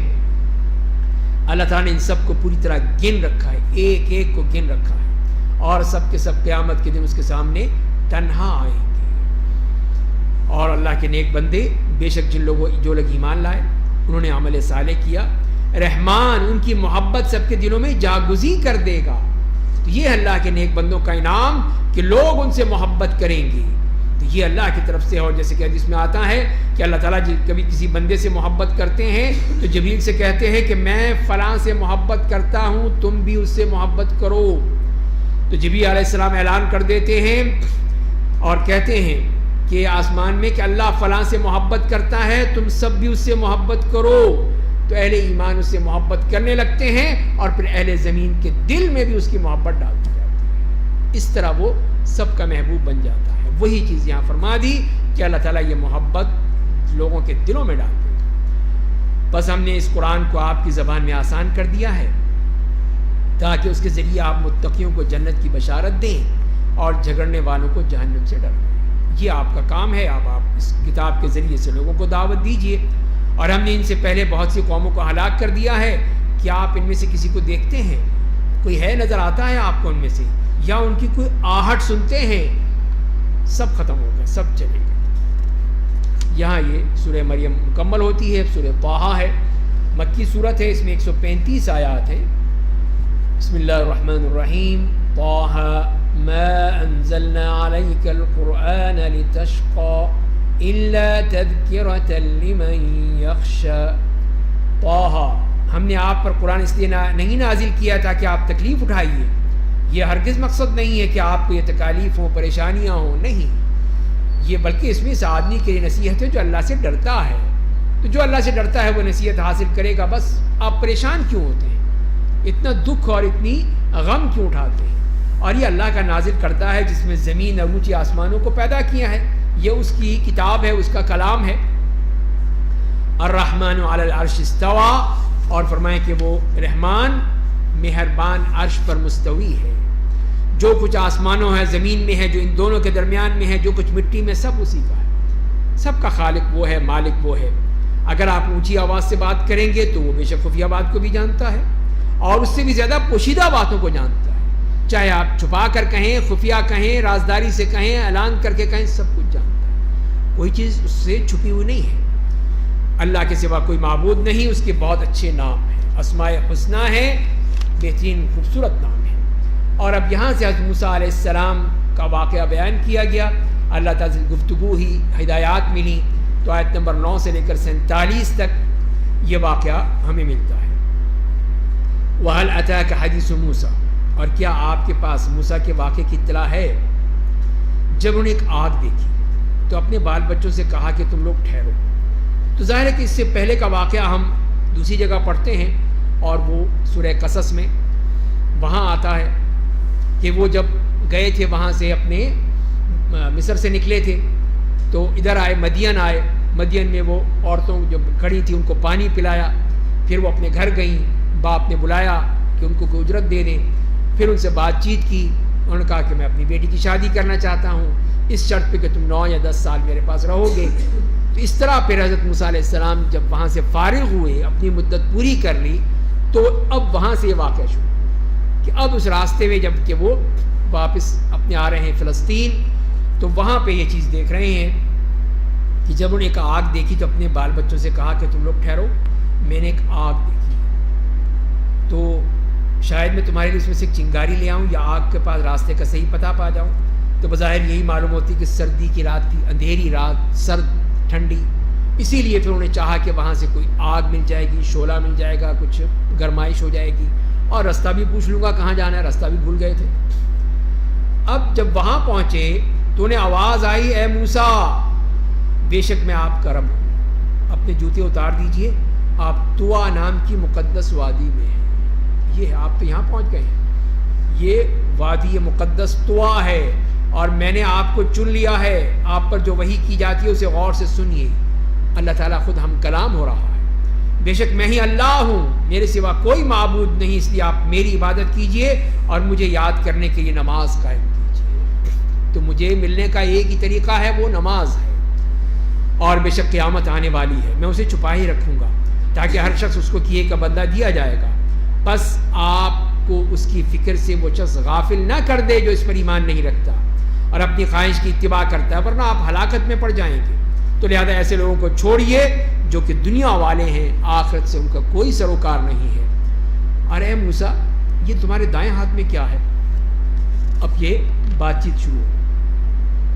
تو موسیٰ علیہ السلام نے کہا یہ میری لاٹھی ہے، اس پر میں ٹیک لگاتا ہوں، اس کے ذریعے اپنی بکریوں کے درخت سے پتے جھاڑتا ہوں، اس سے میں دوسرے کام بھی لیتا ہوں۔ تو اللہ تعالیٰ نے جب پوچھا تھا کہ کیا ہے، وہ پوری تقریر کر دی کہ یہ کرتا ہوں، یہ کرتا ہوں، یہ کرتا ہوں۔ یہی ہے لطف اللہ سے ہم کریں، کتنی خوشی ہو رہی ہے، کتنی خوشی سے وہ بات کو لمبی کر رہے ہیں۔ ظاہر محبوب کی بات سے لمبی تو ہوتی ہے، پھر یہ تو نہیں ہوتی ہاں جی لاٹھی ہے، نہیں، اور بھی ہوتا ہے اتنی ساری چیزیں۔ تو یہ جو لطف کلام تھا وہ محسوس کر رہے تھے۔ تو اللہ نے کہا موسیٰ آپ اسے زمین پر ڈال دیجیے۔ تو انہوں نے اسے زمین پر ڈال دیا۔ وہ اچانک سانپ بن کے دوڑنے لگی، وہی لاٹھی ان کی۔ تو اللہ نے کہا اسے پکڑ لیجیے، ڈریے نہیں۔ انسان تھے نا، ڈر تو گئے فوراً، یہ کیا ہوا، اچھی خاصی لاٹھی تھی، یہ سانپ بن گئی، ہم اس کو پہلی حالت میں لوٹا دیں گے، بس آپ پکڑیے، دیکھیے لاٹھی بن جائے گی، چھوڑ دیجیے سانپ بن جائے گا۔ اور آپ اپنا ہاتھ اپنے بغل میں ملا لیجیے، وہ سفید روشن بے عیب بن کر ظاہر ہوگا، یہ دوسرا معجزہ ہوگا۔ تو یہ اپنا وہ آپ گریبان میں ڈالیں ہاتھ، اس کو نکالیں تو چمکتا ہوا ہوگا۔ یہ نہیں ہے کہ برس کی وجہ سے جیسے کوئی سفید ہو جاتا ہے ہاتھ، ایسا نہیں ہوگا۔ یہ اسی لیے فرمایا ہے کہ کسی بیماری کی وجہ سے نہیں، بلکہ یہ اللہ کی طرف سے چمکتا ہوا ہوگا۔ تو فرمائیں کہ تاکہ ہم آپ کو بعض بڑی نشانیاں دکھلائیں۔ تو یہ تو نشانیاں مل گئیں، اب کرنا کیا ہے؟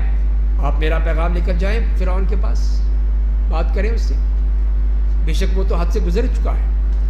تو موسیٰ نے اپنی پیش کر دی درخواست کہ اللہ میرا سینہ کھول دیں، میری مہم کو آسان کر دیں، میری زبان کی گرہ کو کھول دیں، لکنت ہے، تاکہ وہ لوگ میری بات کو سمجھ سکیں۔ اور اس سے بڑھ کر یہ کہا کہ میرا بھائی مجھے ساتھ دے دیں، میرا وزیر بنا دیں، میرا ساتھی بنا دیں، میرے بھائی ہارون کو مقرر کر دیں، ان کے ذریعے میری قوت کو بڑھا دیں، میری دعوتی مہم میں ان کو میرا شریک بنا دیں، تاکہ ہم دونوں تیری خوب تسبیح کریں گے، اللہ تعالیٰ کی خوشامد بھی کر رہے ہیں اور تجھے خوب یاد کریں گے، تو ہمارے اعمال کو خوب دیکھ رہا ہے۔ تو انہوں نے کہا ٹھیک ہے موسیٰ، چلو دعا قبول ہو گئی، سب کچھ مل جائے گا تمہیں، جو کچھ مانگا ہے سب کچھ مل گیا۔ اور ہم نے آپ اور اس سے قبل بھی ایک بار احسان کیا تھا، یاد کرو موسیٰ کیا ہوا تھا، وہ واقعہ بھی بیان کر دیا کہ جب تم پیدا ہوئے تھے، تمہاری پیدائش کے بعد کے واقعات کیا ہوئے تھے، یاد ہے تمہیں؟ جب ہم نے آپ کی ماں کے بذریعہ الہام وہ بات کہی تھی جو کہی جانے والی تھی کہ تم بچے کو صندوق میں بند کر دو، پھر اس صندوق کو دریا میں ڈال دو تاکہ دریا کا بہاؤ اسے ساحل تک لے جائے، وہاں اسے وہ آدمی لے گا جو میرا دشمن ہے اور اس کا بھی دشمن۔ یہ ہے اللہ کی قدرت، صاف کہا جا رہا ہے کہ میرا بھی دشمن، اس کا بھی دشمن، وہ اس کو پالے گا، کچھ بھی ہو جائے اس کے ذریعے سے ہم اس کی پرورش کروائیں گے۔ اور میں نے اپنی جانب سے آپ کے چہرے میں لوگوں کے لیے محبت پیدا کر دی تھی، جو دیکھتا موسیٰ کو پیار آ رہا۔ تو یہی ہے، میں نے چاہا کہ میری خاص نگرانی میں آپ کی پرورش ہو۔ تو نگرانی اللہ کی، اور پیسہ سارا فرعون کا، خرچ وہ کرے گا، پالے گا وہ۔ یہ دیکھیے کتنی زبردست اللہ تعالیٰ کی یہ پلاننگ ہے۔ اور جب آپ کی بہن آپ کی خبر گیری کرتے ہوئے چلتی وہاں پہنچی تو کہنے لگی کیا میں آپ لوگوں کو ایسی عورت کا پتہ بتاؤں جو اس کی نگہداشت کرے؟ جیسے وہاں فرمایا ہے کہ وہ حرمنا علیہ المراضع، کہ جتنی بھی وہ آئیں دائیاں دودھ پلانے کے لیے، وہ بچہ لیتا ہی نہیں کسی کو، دودھ ہی نہیں پیتا کسی کا۔ تو ان کی بہن آگے بڑھی کہ میں بتا دوں، ایک عورت ہے میں جانتی ہوں اس کو، وہ آئے گی تو وہ انشاءاللہ دودھ پلا۔ ٹھیک ہے لاؤ، پھر اس کو لاؤ۔ تو اس طرح ہم نے آپ کو آپ کی ماں کے پاس لوٹا دیا۔ یہ دیکھیے کیا زبردست پلان ہے کہ ماں کے پاس بھی پہنچ گئے۔ کیوں؟ تاکہ اس کی آنکھ ٹھنڈی ہو، غم نہ کرے کہ ماں، ظاہر ماں کا دل بے چین تھا، پریشان تھا کہ میرا بچہ، میرا لخت جگر، تو وہ کس وقت پانی میں کہیں ڈوب نہ گیا ہوگا۔ نہیں، ہم تمہارا لوٹائیں گے تمہارے پاس، تم ڈرتی کیوں ہو؟ اور آپ نے ایک شخص کو جان سے مار دیا تھا، یاد ہے آپ کو؟ اور ہم نے آپ کو غم سے نجات دی، ہم نے آپ کو مختلف آزمائشوں سے گزارا، پھر آپ کئی سال تک مدین میں وہاں رہے اپنے بیوی بچوں کے ساتھ۔ پھر اے موسیٰ آپ یہاں میرے مقرر کردہ وقت پر آئے ہیں، یہ میں نے بلایا ہے آپ کو، کہ آپ تو جا رہے تھے نا کہیں سے آگ تاپنے کے لیے، نہیں، آپ میرے پاس آئے تو، اور میں نے اپنے آپ کو اپنے لیے خاص کر لیا ہے۔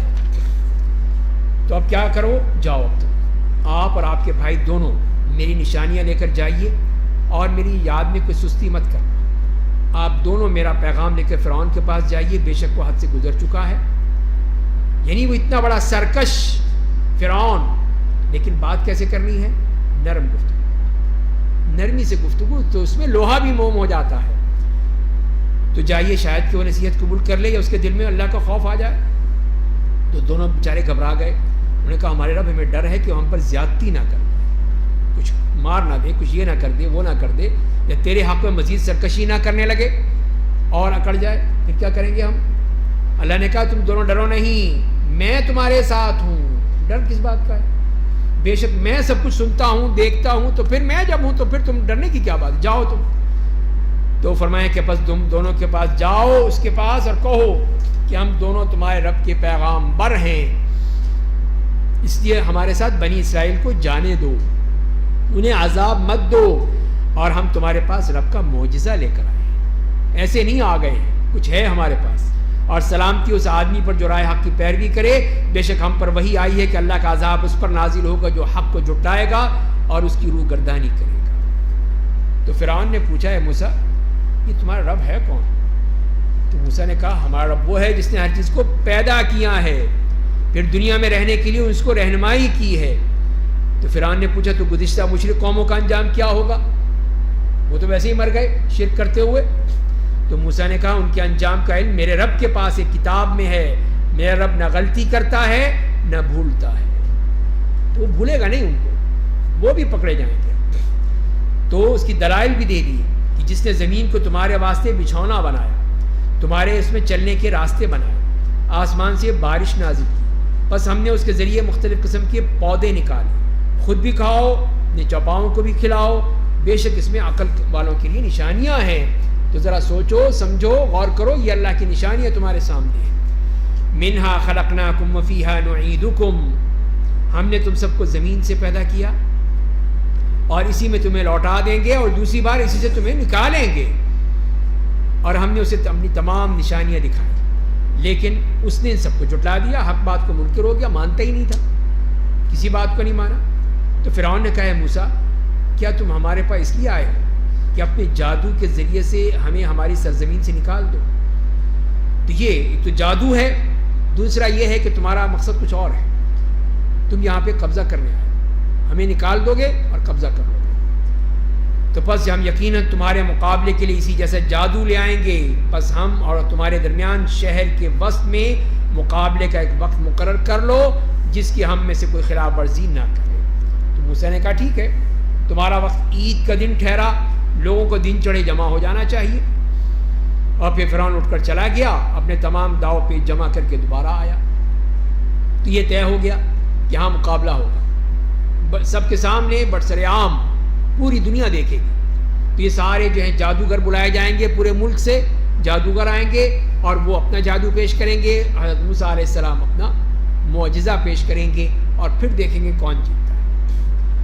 تو موسیٰ نے جادوگروں سے کہا کہ تمہاری شامت ہو، اللہ کے بارے میں جھوٹ مت بولو، اس قسم کی حرکتیں مت کرو، ورنہ وہ تمہیں کسی عذاب کے ذریعے ہلاک کر دے گا، اور جو افتراء پردازی کرتا ہے وہ نقصان اٹھاتا ہے.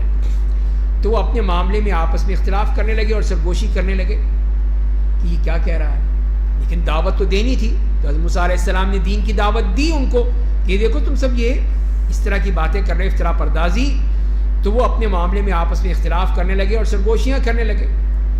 انہوں نے کہا کہ بے شک یہ دونوں جادوگر ہیں، یہ موسیٰ اور ہارون یہ دونوں جادوگر ہیں، چاہتے ہیں کہ اپنے جادو کے ذریعے سے تمہیں تمہاری سرزمین سے بے دخل کر دیں. تو فرعون نے وہ پٹی پڑھا دی ان کو کہ دیکھو ان کا مقابلہ کرنا ہے تم نے، اس لیے تم سب اپنے داؤ پیچ کو جمع کرو، پھر ایک صف باندھ کر آگے بڑھو، اور آج کے دن جو غالب رہے گا وہ کامیاب رہے گا. اس طرح وہ فرعون نے خوب ان کو ترغیب دی، ابھارا کہ اب تم جو دیکھو میں تمہیں کیا دیتا ہوں. تو جادوگروں نے کہا اے موسیٰ یا تو تم اپنی لاٹھی زمین پر ڈالو یا ہم اپنی ڈالتے ہیں پہلے. تو موسیٰ علیہ السلام نے فرمایا بلکہ تم ہی ڈالو، ٹھیک ہے دیکھتے ہیں پھر. تو ان کے جادو کے زیر اثر انہیں ایسا دکھائی دینے لگا، یہ ہے نظر بندی، کہ جیسے ان کی رسیاں اور لاٹھیاں زمین پر دوڑ رہی ہیں. کہ انہیں اپنی لاٹھیاں، رسیاں، اپنی سب چیزیں پھینکی تو وہ سب سانپ اور اژدہے بن کے ہو گئی. تو یہ آنکھ کا ایک دھوکہ تھا کہ آنکھ سے نظر آ رہا تھا اس طرح کہ جیسے وہ سانپ اور وہ اژدہے ہیں، حالانکہ وہ ایسا نہیں تھا۔ تو موسیٰ بھی اپنے دل میں خوف محسوس کرنے لگے، اور جیسے کہا کہ جاؤ بسحر کبیر، اللہ تعالیٰ جسے دوسری آیت میں فرمایا ہے کہ بہت بڑا جادو لے کر آئے تھے، یعنی بڑے وہ اس زمانے کے ماہر جادوگر تھے، ایک سے ایک بڑھ کر۔ تو ہم نے کہا آپ ڈریے نہیں، آپ یہ کیوں خوف کر رہے ہیں، محسوس کیوں آپ ڈر رہے ہیں؟ تو بے شک غالب آپ رہیں گے، اور آپ کے دائیں ہاتھ میں جو لاٹھی ہے اسے زمین پر ڈال دیجئے، جو ان کے تمام بناوٹی سانپوں کو ہڑپ کر جائے گی، کچھ نہیں باقی رہے گا۔ تو انہوں نے جو بنایا ہے وہ ایک جادوگر کا مکر و فریب ہے، اور جادوگر جدھر سے آئے کامیاب نہیں ہوتا، کچھ نہیں ہوتا۔ بس یہی ہوا، تو تمام جادوگر سجدے میں گر گئے، پکار اٹھے، ہم ہارون اور موسیٰ کے رب پر ایمان لے، سب ایمان لے۔ اس لیے کہ پتہ چل گیا ان کو کہ ہمارا تو ایک ڈھکوسلا ہے، کچھ بھی نہیں ہے، نظر بندی ہے، لیکن یہ معجزہ ہے، یہ حقیقت کے طور پر آیا ہے، اور سب کو کھا گیا، ہڑپ کر گیا۔ آ جاؤ، اکیلا میدان میں ہے۔ اسی لیے وہ لوگ سمجھ گئے کہ یہ تو جادو نہیں ہے، یہ کچھ اور ہے، معجزہ ہے، اور پکار اٹھے کہ ہم ہارون اور موسیٰ کے رب پر ایمان لے آئے۔ فرعون نے کہا قبل اس سے کہ میں تمہیں اجازت دوں، تم لوگ موسیٰ پر ایمان لے آئے، میری اجازت کے بغیر ہی تم نے یہ سب کچھ شروع کر دیا؟ بے شک یہی تمہارا وہ بڑا جادوگر ہے جسے تم لوگوں کو جادو سکھایا ہے۔ بالکل پلٹ گیا، یہ سب نورا کشتی تھی تمہاری، آپس میں ملے ہوئے تھے، تمہارا یہ استاد ہے، تم نے مجھے بیوقوف بنایا ہے۔ تو اب میں کیا کروں گا، میں تمہیں ایک طرف کے ہاتھ دوسری طرف کے پاؤں کاٹ دوں گا، اور کھجور کے تنوں پر تمہیں سولی دے دیتا ہوں، اور تب تم ضرور جان لو گے کہ موسیٰ اور مجھ میں کس کا عذاب زیادہ سخت اور زیادہ دیر رہنے والا ہے۔ یہ اس کی دھمکیاں کہ اب میں نہیں چھوڑوں گا تمہیں، سب کو اس طرح میں ہاتھ پاؤں کاٹ کے تمہیں سولیوں پہ چڑھا دوں گا۔ تو بعض قول کے مطابق وہ 70 جادوگر تھے، یہ صبح کے وقت جادوگر تھے اور شام کو وہ شہداء بن چکے تھے۔ اتنا بڑا مقام مل گیا شہادت کا۔ تو جادوگروں نے کہا ہم تمہیں ہرگز ترجیح نہیں دے گی، ان واضح دلائل کو ہمارے سامنے آ چکے ہیں، اس سے بڑھ کر دلیل کیا ہوگی کہ یہ معجزہ ہے، تو موسیٰ اللہ کے نبی ہیں، تو یہ ہم تمہاری بات نہیں مان سکتے، اور اس ذات برحق پر جس نے ہمیں پیدا کیا ہے تو تمہیں جو فیصلہ کرنا ہے کر گزرو، تم صرف اسی دنیاوی زندگی کا ہی فیصلہ کر سکتے ہو نا، اور کیا کر سکتے ہو؟ اِنَّا آمَنَّا بِرَبِّنَا لِيَغْفِرَ لَنَا خَطَايَانَا، بے شک ہم اپنے رب پر ایمان لے آئے تاکہ وہ ہمارے گناہوں کو معاف کر دے، اور جادو کے ان کرتبوں کو بھی معاف کر دے جن پر تو نے ہمیں مجبور کیا تھا۔ فرعون سے کہہ رہے ہیں تو نے ہمیں مجبور کیا ہے۔ اللہ کی ذات سب سے بہتر ہمیشہ باقی رہنے والی ہے۔ تو یہ تھے وہ جادوگر، اتنا اونچا مقام پا گئے۔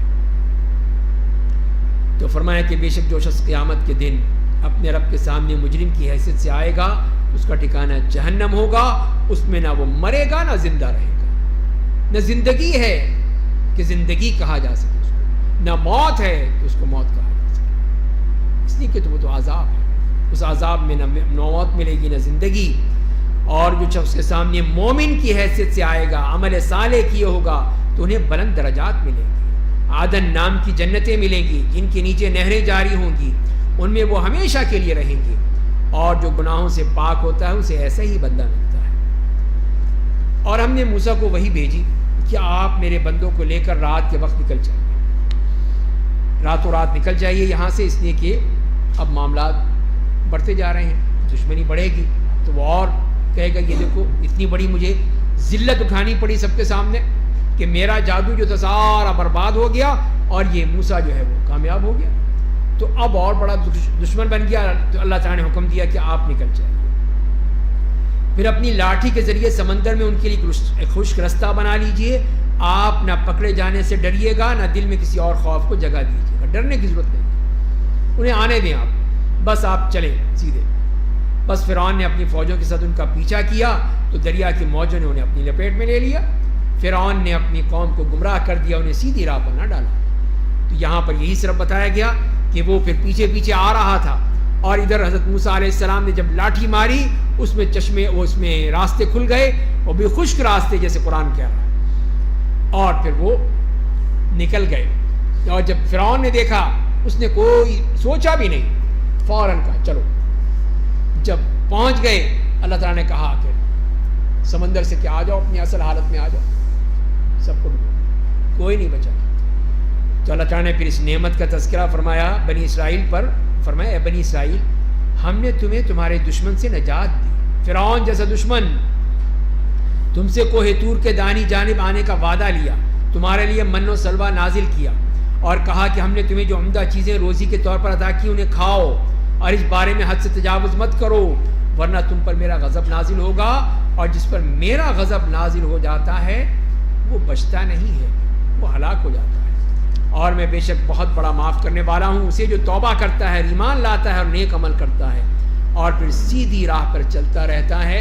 تو یہ ہے میرا اصل طریقہ، میرا قانون، کہ جس نے بھی میرے غصے کا دیکھا وہ نہیں بچے گا، اور جو توبہ کرتا ہے اس کو میں معاف کر دیتا ہوں۔ اور پھر موسیٰ علیہ السلام سے کہا ہے موسیٰ آپ نے قوم سے پہلے آ جانے میں کتنی جلدی کیوں کی، کہ 40 دن کا معاملہ تھا، 30 دن اور 40 دن کا، آپ خود آ گئے، اس کو بھی لے کے بھی آتے نا ساتھ میں۔ تو موسیٰ نے کیا کہا کہ قال ہم اولائی علی آثری وعجلت الیک ربی لترضی، یہ ہے اصل معاملہ، تجھے راضی کرنا تھا اس لیے میں نے جلدی کی تھی، رب کو راضی کرنا بس۔ تو موسیٰ نے کہا وہ لوگ میرے پیچھے آ رہے ہیں، میرے رب میں نے تجھ تک آنے میں جلدی کی تاکہ تو خوش ہو جائے، تجھے خوش کر، جلدی تیزی، ہماری طرح سستی نہیں کی، نہیں فوراً کہ پہنچ جاؤں اپنے رب کے پاس، جلدی سے پہنچ جاؤں۔ تو اللہ تعالیٰ نے فرمایا کہ ہم نے تو آپ کے آنے کے بعد آپ کے قوم کو فتنے میں ڈال دیا ہے، وہاں تو مسئلہ کچھ اور ہو گیا، سامری نے اپنا وہاں پہ چلا دیا اپنا سلسلہ، گمراہ کر دیا آپ کی قوم کو۔ تو موسیٰ علیہ السلام جب واپس آئے تو اپنی قوم کے پاس غصے کی حالت میں افسوس کرتے ہوئے لوٹے اور کہا ہے میری قوم کے لوگوں کیا اللہ نے تم سے اچھا وعدہ نہیں کیا تھا، کیا کچھ نہیں دیا تمہارے رب نے، کیا عہد و میثاق کی مدت لمبی ہو گئی تھی، یا تم نے خود چاہا کہ تمہارے رب کا غضب تم پر نازل ہو جائے اس لیے تم نے لوگوں سے مجھ سے کیے وہ وعدے کی خلاف ورزی کی، یہ تم نے کیا کیا؟ انہوں نے کہا ہم نے اپنی مرضی سے آپ کے وعدوں کی خلاف ورزی نہیں کی، ہم نے خود نہیں کیا۔ پھر کیا ہوا؟ بلکہ قبطیوں کے زیورات کا ہم پر بوجھ لد گیا تھا، تو وہاں سے جو قبطیوں کی مال غنیمت ملا تھا مصر سے، اس میں زیورات تھے بہت سے، وہ اٹھا لائے، باقی چیزیں چھوڑ دی، وہاں پہ کہاں لاتے، زیور اٹھا لائے۔ تو ہم نے انہیں آگ میں ڈال دیا، اور سامری وہاں پہ موجود تھا اس نے بھی اپنے زیورات ڈال دیے، اس میں بھی ڈال دیا، اور پھر سامری نے ان زیورات سے ایک بچڑے کا جسم بنا دیا۔ جب سونا پگھل گیا، اتنا سونا تھا وہ کہ ایک پورا بچڑا بن گیا جس سے گائے کی آواز نکلتی تھی۔ تو سامری کے پیروکاروں نے کہا یہی تو تمہارا معبود ہے اور موسیٰ کا، لیکن موسیٰ بھول گئے، موسیٰ کو پتہ ہی نہیں، تو یہی تو ہے معبود اصل۔ تو وہ بچڑے کی پوجا شروع ہو گئی۔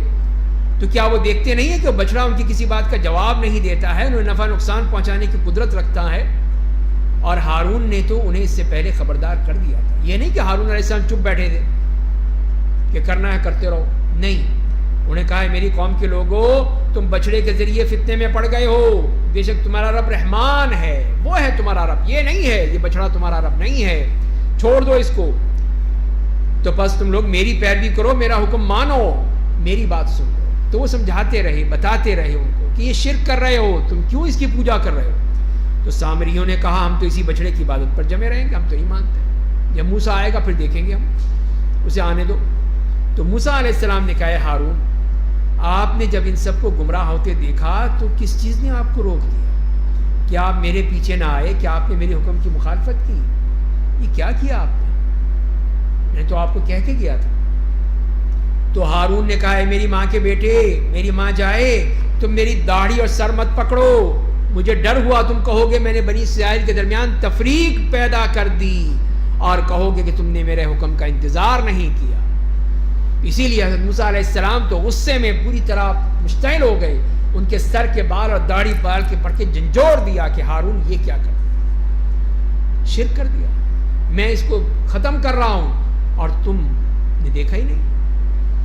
تو نے کہا کہ اے میرے بھائی، میری ماں کے بیٹے، میں نے ایسا نہیں کیا، مجھے یہ ڈر ہوا کہ کہیں تفرقہ نہ پڑ جائے، تفریق نہ پڑ جائے، گروپ نہ بن جائیں، ایک اس کے ساتھ ایک اس کے ساتھ، یہ کیا ہوا؟ میں آپ کا انتظار کر رہا تھا، تو اسی لیے پھر میں نے کیا۔ تو اب جب غصہ ختم ہوا تو جیسے کہ وہاں بتایا کہ پھر ان کو سمجھایا بتایا پھر کچھ ہوا.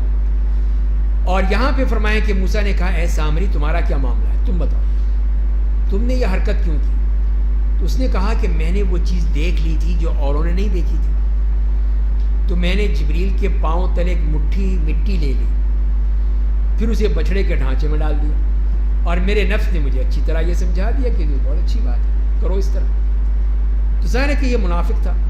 تو اسی لیے کہ اس نے جب دیکھا ایک وہ جیسے مفسرین کہتے ہیں کہ جبریل علیہ السلام کے گھوڑے پر سوار دیکھا, اور دیکھا کہ جہاں گھوڑے کی ٹاپ پڑتی ہے, جہاں قدم پڑتے ہیں, اس جگہ پہ پودے اگاتے ہیں, سبزہ ہو جاتا ہے. تو سامری سمجھ گیا کہ اگر جبریل کے گھوڑے کے کھر کی مٹی کسی بھی چیز ڈالی جائے گی تو اس میں زندگی آ جائے گی. تو لہذا اس نے وہ مٹی لی وہاں سے اور وہ بچڑے میں ڈال دی, اور وہاں سے آواز آنے لگی. جو اس نے کرتب کرنا تھا وہ بہرحال کیا اس نے.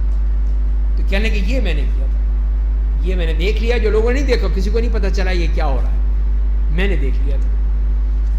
تو موسیٰ نے کہا کہ تم دور ہو جاؤ, اب تم بخار ابھر جانے کے ڈر سے زندگی بھر لوگوں سے یہ کہتے رہو گے کہ مجھے کوئی نہ چھوئے, اور قیامت میں تیرے عذاب کا ایک اور وعدہ ہے جس کی تمہارے ساتھ خلاف ورزی نہیں ہوگی.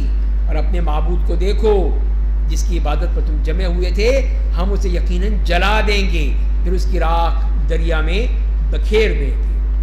تو یہی ہے کہ اس کو بتا دیا کہ اب تجھے جو بیماری لگ جائے گی, چھوت کی بیماری, کہ وہ ہر ایک سے کہے گا دیکھو میرے قریب مت آنا, لا مساس لا مساس, کوئی قریب بھی نہ آئے, مجھے چھوئے بھی نہیں. اس لیے کہ جو اسے بیماری ہے, اسے بخار ہے یا جو کچھ بھی ہے, وہ دوسروں کو لگ جائے. تو ایسے عذاب میں مبتلا کر دیا کہ کوئی اس کو ٹچ بھی نہیں کر سکتا. جو بھی اس کو ٹچ کرے گا وہیں بیمار پڑ جائے گا. تو یہ وہ عذاب تھا جس میں اس کو ڈال دیا, اور اسی میں وہ چیختے چلاتے آخر وہ بھاگ گیا وہاں سے اور مر گیا. اسی عذاب کی حالت میں بچ نہیں سکا. تو فرمائے بے شک تم سب کا معبود وہ اللہ ہے جس کے سوا کوئی معبود نہیں ہے, وہ اپنے علم کے ذریعے ہر چیز کو محیط ہے. تو اے میرے نبی, ہم اسی طرح آپ کو گزشتہ قوموں کی خبریں سناتے رہتے ہیں, ہم نے آپ کو اپنے پاس سے قرآن دیا ہے. تو یہ ہے اللہ کا کلام ہے, اور اس کے ذریعے سے آپ کو ہم نے یہ تمام واقعات بیان کیے ہیں حضرت موسیٰ علیہ السلام کے اور دوسرے انبیاء کرام کے. تو آپ ان کو پڑھیے, سنائیے, بتائیے ان کو. جو اس سے روح گردانی کرے گا وہ قیامت کے دن گناہوں کا بوجھ اٹھائے ہوئے ہوگا, اور ایسے لوگ ان گناہوں کو ہمیشہ اٹھائے پھریں گے, اور قیامت کے دن ان کے لیے وہ بہت ہی برا بوجھ ہوگا. آیت نمبر 101 اور 102 میں پھر قیامت کے حوالے سے فرمایا کہ جس دن سور پھونک دیا جائے گا اور ہم مجرموں کو اس دن میدان حشر میں اکٹھا کریں گے, اس حال میں کہ ان کی آنکھیں مارے خوف کے نیلی پتھرائی ہوئی ہوں گی. تو یہاں پہ مراد وہ دوسرا سور ہے. تو جس کے بعد لوگ جیسے ہی سور پھونکا جائے گا تمام لوگ اپنی قبروں سے نکلیں گے, زندہ ہو جائیں گے اور میدان حشر کی طرف چلیں گے. اور اس سے پہلے وہ پہلا سور ہے, وہ ہے کہ جس میں موت آ جائے گی, سب ختم, قیامت آ جائے گی, وہ پہلا سور. اور دوسرے سور میں پھر باس بعد الموت کا مقام آ جائے گا. بعض اس میں کہا ہے, بعض روایات میں اس میں کہا ہے کہ چند سال کا ہوگا, اور لیکن بہرحال بظاہر تو ہی معلوم ہوتا ہے کہ چند روز ہی لگیں گے اور پھر وہ قیامت واقع ہو جائے گی. تو فرمایا کہ وہ چپکے چپکے دوسرے سے کہیں گے کہ تم لوگ دنیا میں صرف 10 دن رہے تھے, یعنی یاد ہی نہیں رہے گا. اتنا ہولناک معاملہ ہوگا وہ حشر کے مقام کا کہ انہیں یہ یاد نہیں رہے گا کہ وہ کتنے دن رہے تھے, دنیا میں کتنے عرصہ رہے تھے, 60 70 80 90 100, کچھ نہیں یاد رہے گا سب کچھ وہ. تو وہ لوگ کہیں گے جسے ہم خوب جانتے ہیں کہ جبکہ ان میں سب سے اچھی رائے والا کہے گا کہ تم لوگ تو صرف 1 دن ٹھہرے تھے. اچھی رائے والا, زیادہ سمجھدار, وہ کہے گا 1 دن سے 24 گھنٹے. تو پھر دوسرے کیا کہیں گے؟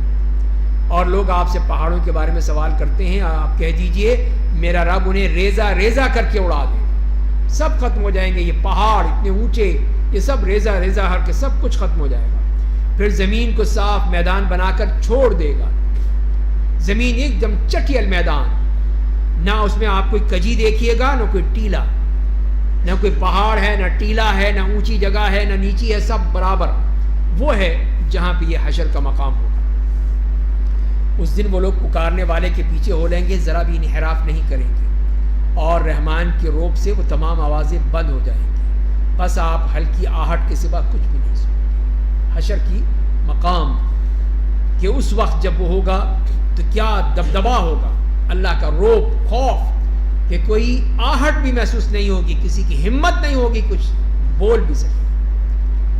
تو فرمایا کہ اس دن سوائے اس آدمی کے کسی کی شفاعت کام نہیں آئے گی، جسے رحمان شفاعت کرنے کی اجازت دے، جسے رحمان شفاعت کرنے کی اجازت دے، اس کی اس بات کو پسند کر لے، یا اس دن سوائے اس آدمی کے کسی کے لیے شفاعت مفید نہیں ہوگی جس کے لیے رحمان کسی کو شفاعت کرنے کی اجازت دے دے اور اس کے لیے اس بات کو پسند کر لے۔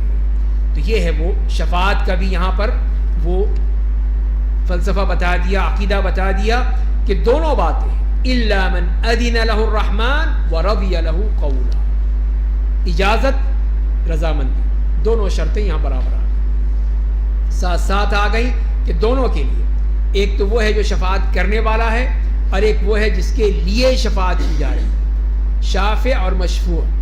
تو دونوں کے لیے یہ شرط ہے کہ پہلی شرط اجازت، اللہ کی طرف سے NOC، نو آبجیکشن، تو اللہ تعالیٰ کی طرف سے مل جائے گا تو ٹھیک ہے۔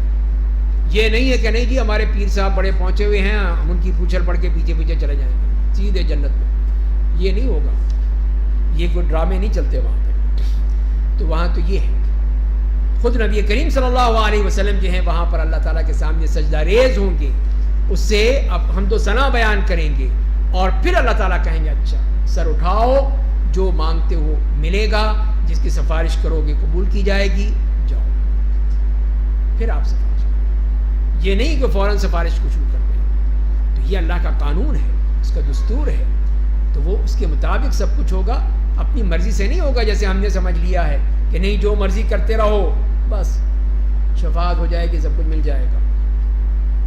تو یہاں پہ کتنے سخت الفاظ میں فرما دی، یعلم ما بین ایدیہم وما خلفہم ولا یحیطون بہ علما، جو کچھ انسانوں کے آگے ہے، جو کچھ ان کے پیچھے ہے، اللہ ان سب کو جانتا ہے، اور لوگوں کا علم اس کا احاطہ نہیں کر سکتا، وہ سب علم جانتا ہے، اس کو پتا ہے کون کس قابل ہے، تو وہ جس کو چاہے گا اجازت دے گا، یہ اس کا معاملہ ہے۔ کوئی یہ نہیں کہہ سکتا کہ مجھے اجازت ملنی چاہیے تھی۔ وعنت الوجوہ للحی القیوم، اور اس دن تمام چہرے اس ذات کی بارگاہ میں جھکے ہوئے ہوں گے، سب کے سب، کوئی سر اٹھا کے نہیں دیکھ سکتا، جو ہمیشہ سے زندہ ہے اور ہمیشہ زندہ رہے گا، اور جس کے ذریعے آسمان و زمین کی ہر چیز قائم ہے، اور جو ظلم و شرک کر کے آئے گا وہ خائب و خاسر ہوگا، وہی خراب ہوگا، وہی گھاٹے میں ہوگا۔ آیت نمبر 111 اور 112 میں فرمایا، اور جو لوگ نیک اعمال کریں گے حالانکہ وہ مومن ہوگا، اسے کسی ظلم و زیادتی اور کسی نقصان کا خطرہ نہیں ہوگا، اس لیے کہ وہ مومن بھی ہے اور نیک عمل کرنے والا بھی ہے، تو اسے ڈر کس بات کا۔ اور اس طرح ہم نے قرآن کو عربی زبان میں نازل کیا ہے، اور اس میں ہم نے لوگوں کو دھمکی دینے اور ڈرانے کے مختلف انداز اختیار کیے ہیں تاکہ وہ تقویٰ کی راہ اختیار کریں یا ان کے دل میں کوئی عبرت و نصیحت پیدا کر دیں۔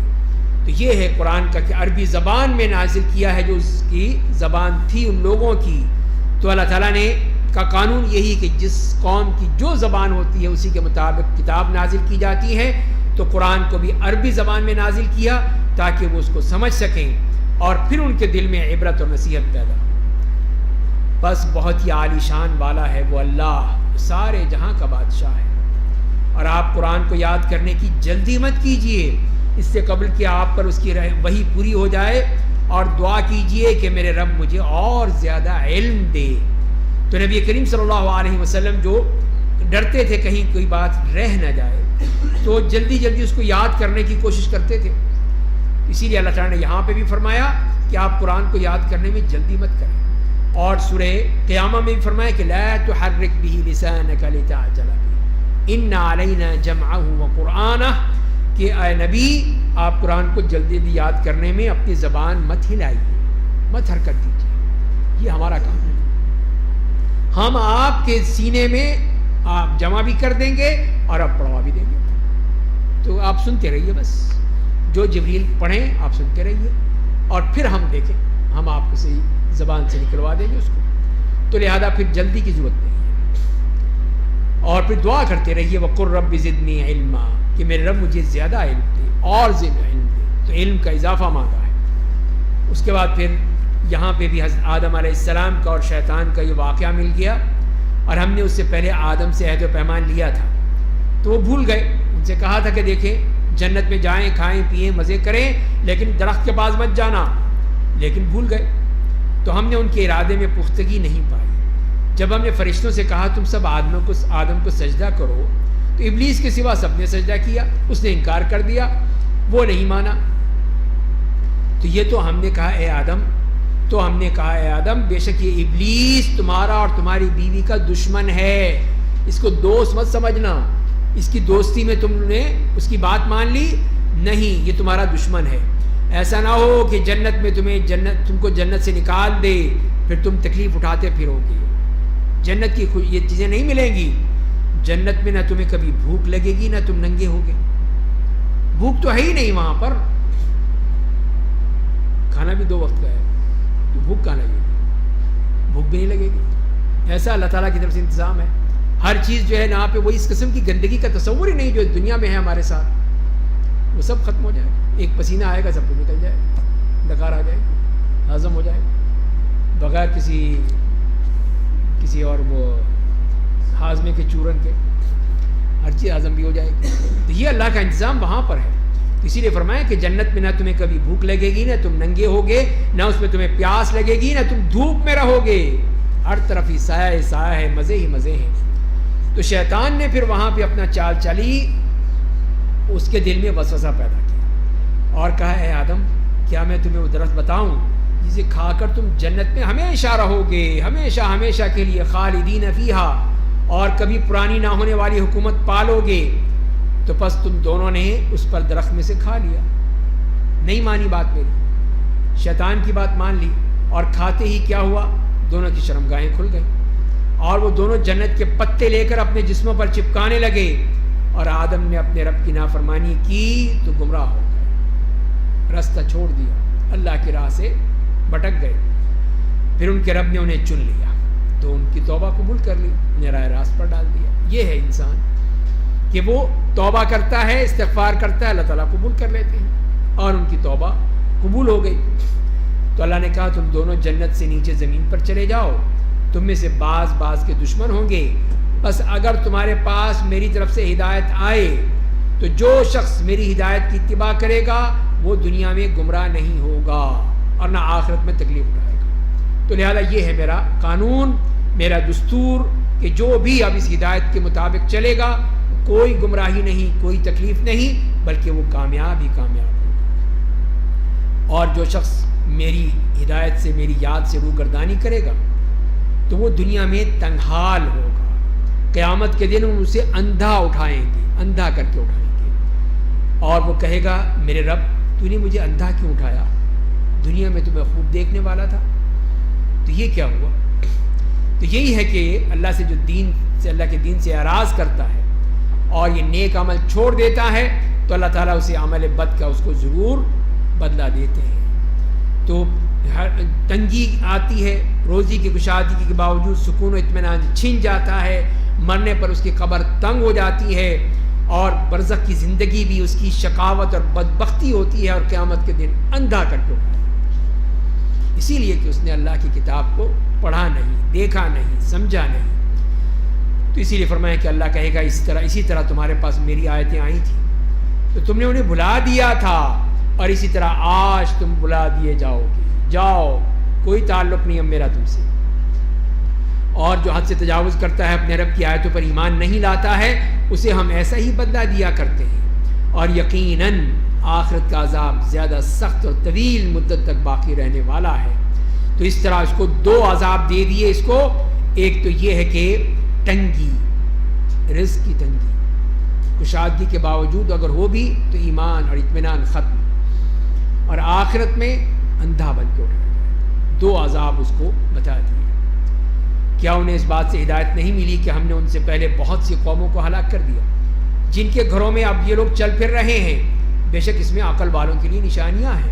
ذرا سوچو, غور کرو کہ تم سے پہلے جو لوگ اس دنیا سے جا چکے ہیں ان کے ساتھ کیا ہوا، عبرت کرو۔ اگر آپ کے رب کی جانب سے پہلے ایک فیصلہ نہ ہو چکا ہوتا اور قیامت کا ایک وقت مقرر نہ ہوتا تو ان پر عذاب لازم ہو جاتا، عذاب پہ لازمی آتا ان کے اوپر۔ فاصبر علی ما یقولون، پس کفار مکہ آپ کے بارے میں جو کہتے ہیں اس پر صبر کیجیے، صبر اور نماز، اور اپنے رب کی حمد و ثنا بیان کرنے کے لیے تسبیح پڑھیے۔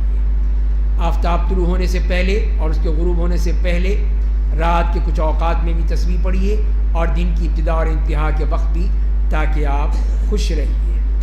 تو صبر کے ساتھ نماز کی تاکید کر دی کہ طلوع آفتاب سے پہلے فجر، غروب آفتاب سے پہلے عصر یا ظہر عصر دونوں آ جائیں گی، اور اس کے بعد پھر وہ رات کی نمازیں ہیں وہ یہ یاد رکھیے۔ اس طرح آپ اپنے رب کو یاد رکھیے، اور آپ اپنی آنکھیں دنیاوی زندگی کی ان عارضی رونقوں پر مت ڈالیے جن سے ہم نے کافروں کے مختلف گروہوں کو بہراور کر رکھا ہے، تاکہ ہم انہیں ان کے ذریعے فتنے میں ڈال دیں، اور آپ کے لیے آپ کے رب کی دی ہوئی روزی زیادہ بہتر اور دیر پا ہے۔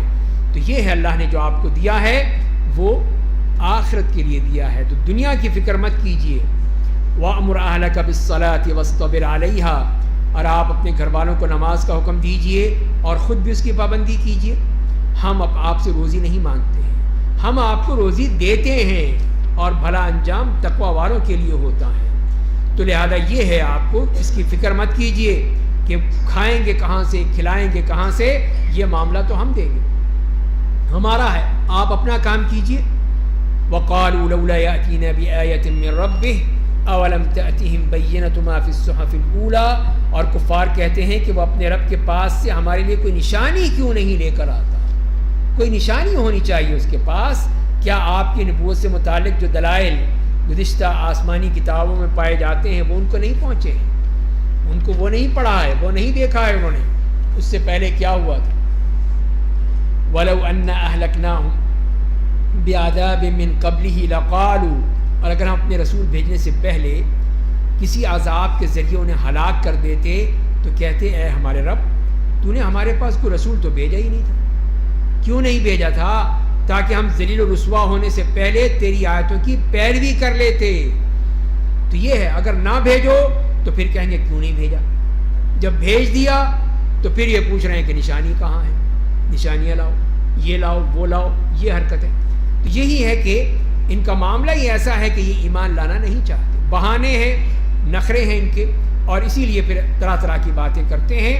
تو یہی بات بھی اللہ تعالیٰ نے فرما دی کہ یہ کہیں، تو آپ کہہ دیجئے ہر شخص انجام کا انتظار کر رہا ہے، تو تم بھی انتظار کر لو، بس تم ان قریب جان لو گے کہ سیدھی راہ والے کون ہیں اور کون راہ راست پر گامزن ہیں۔ تو ابھی تم انتظار کرو، دیکھو کہ اللہ کا کیا فیصلہ آتا ہے، اللہ تعالیٰ کس طرح کرتا ہے، تو اس کے بعد تمہیں خود پتہ چل جائے گا کہ سیدھی راہ والے کون ہیں، بھٹکے ہوئے کون ہیں، غلط راہ پہ کون ہیں۔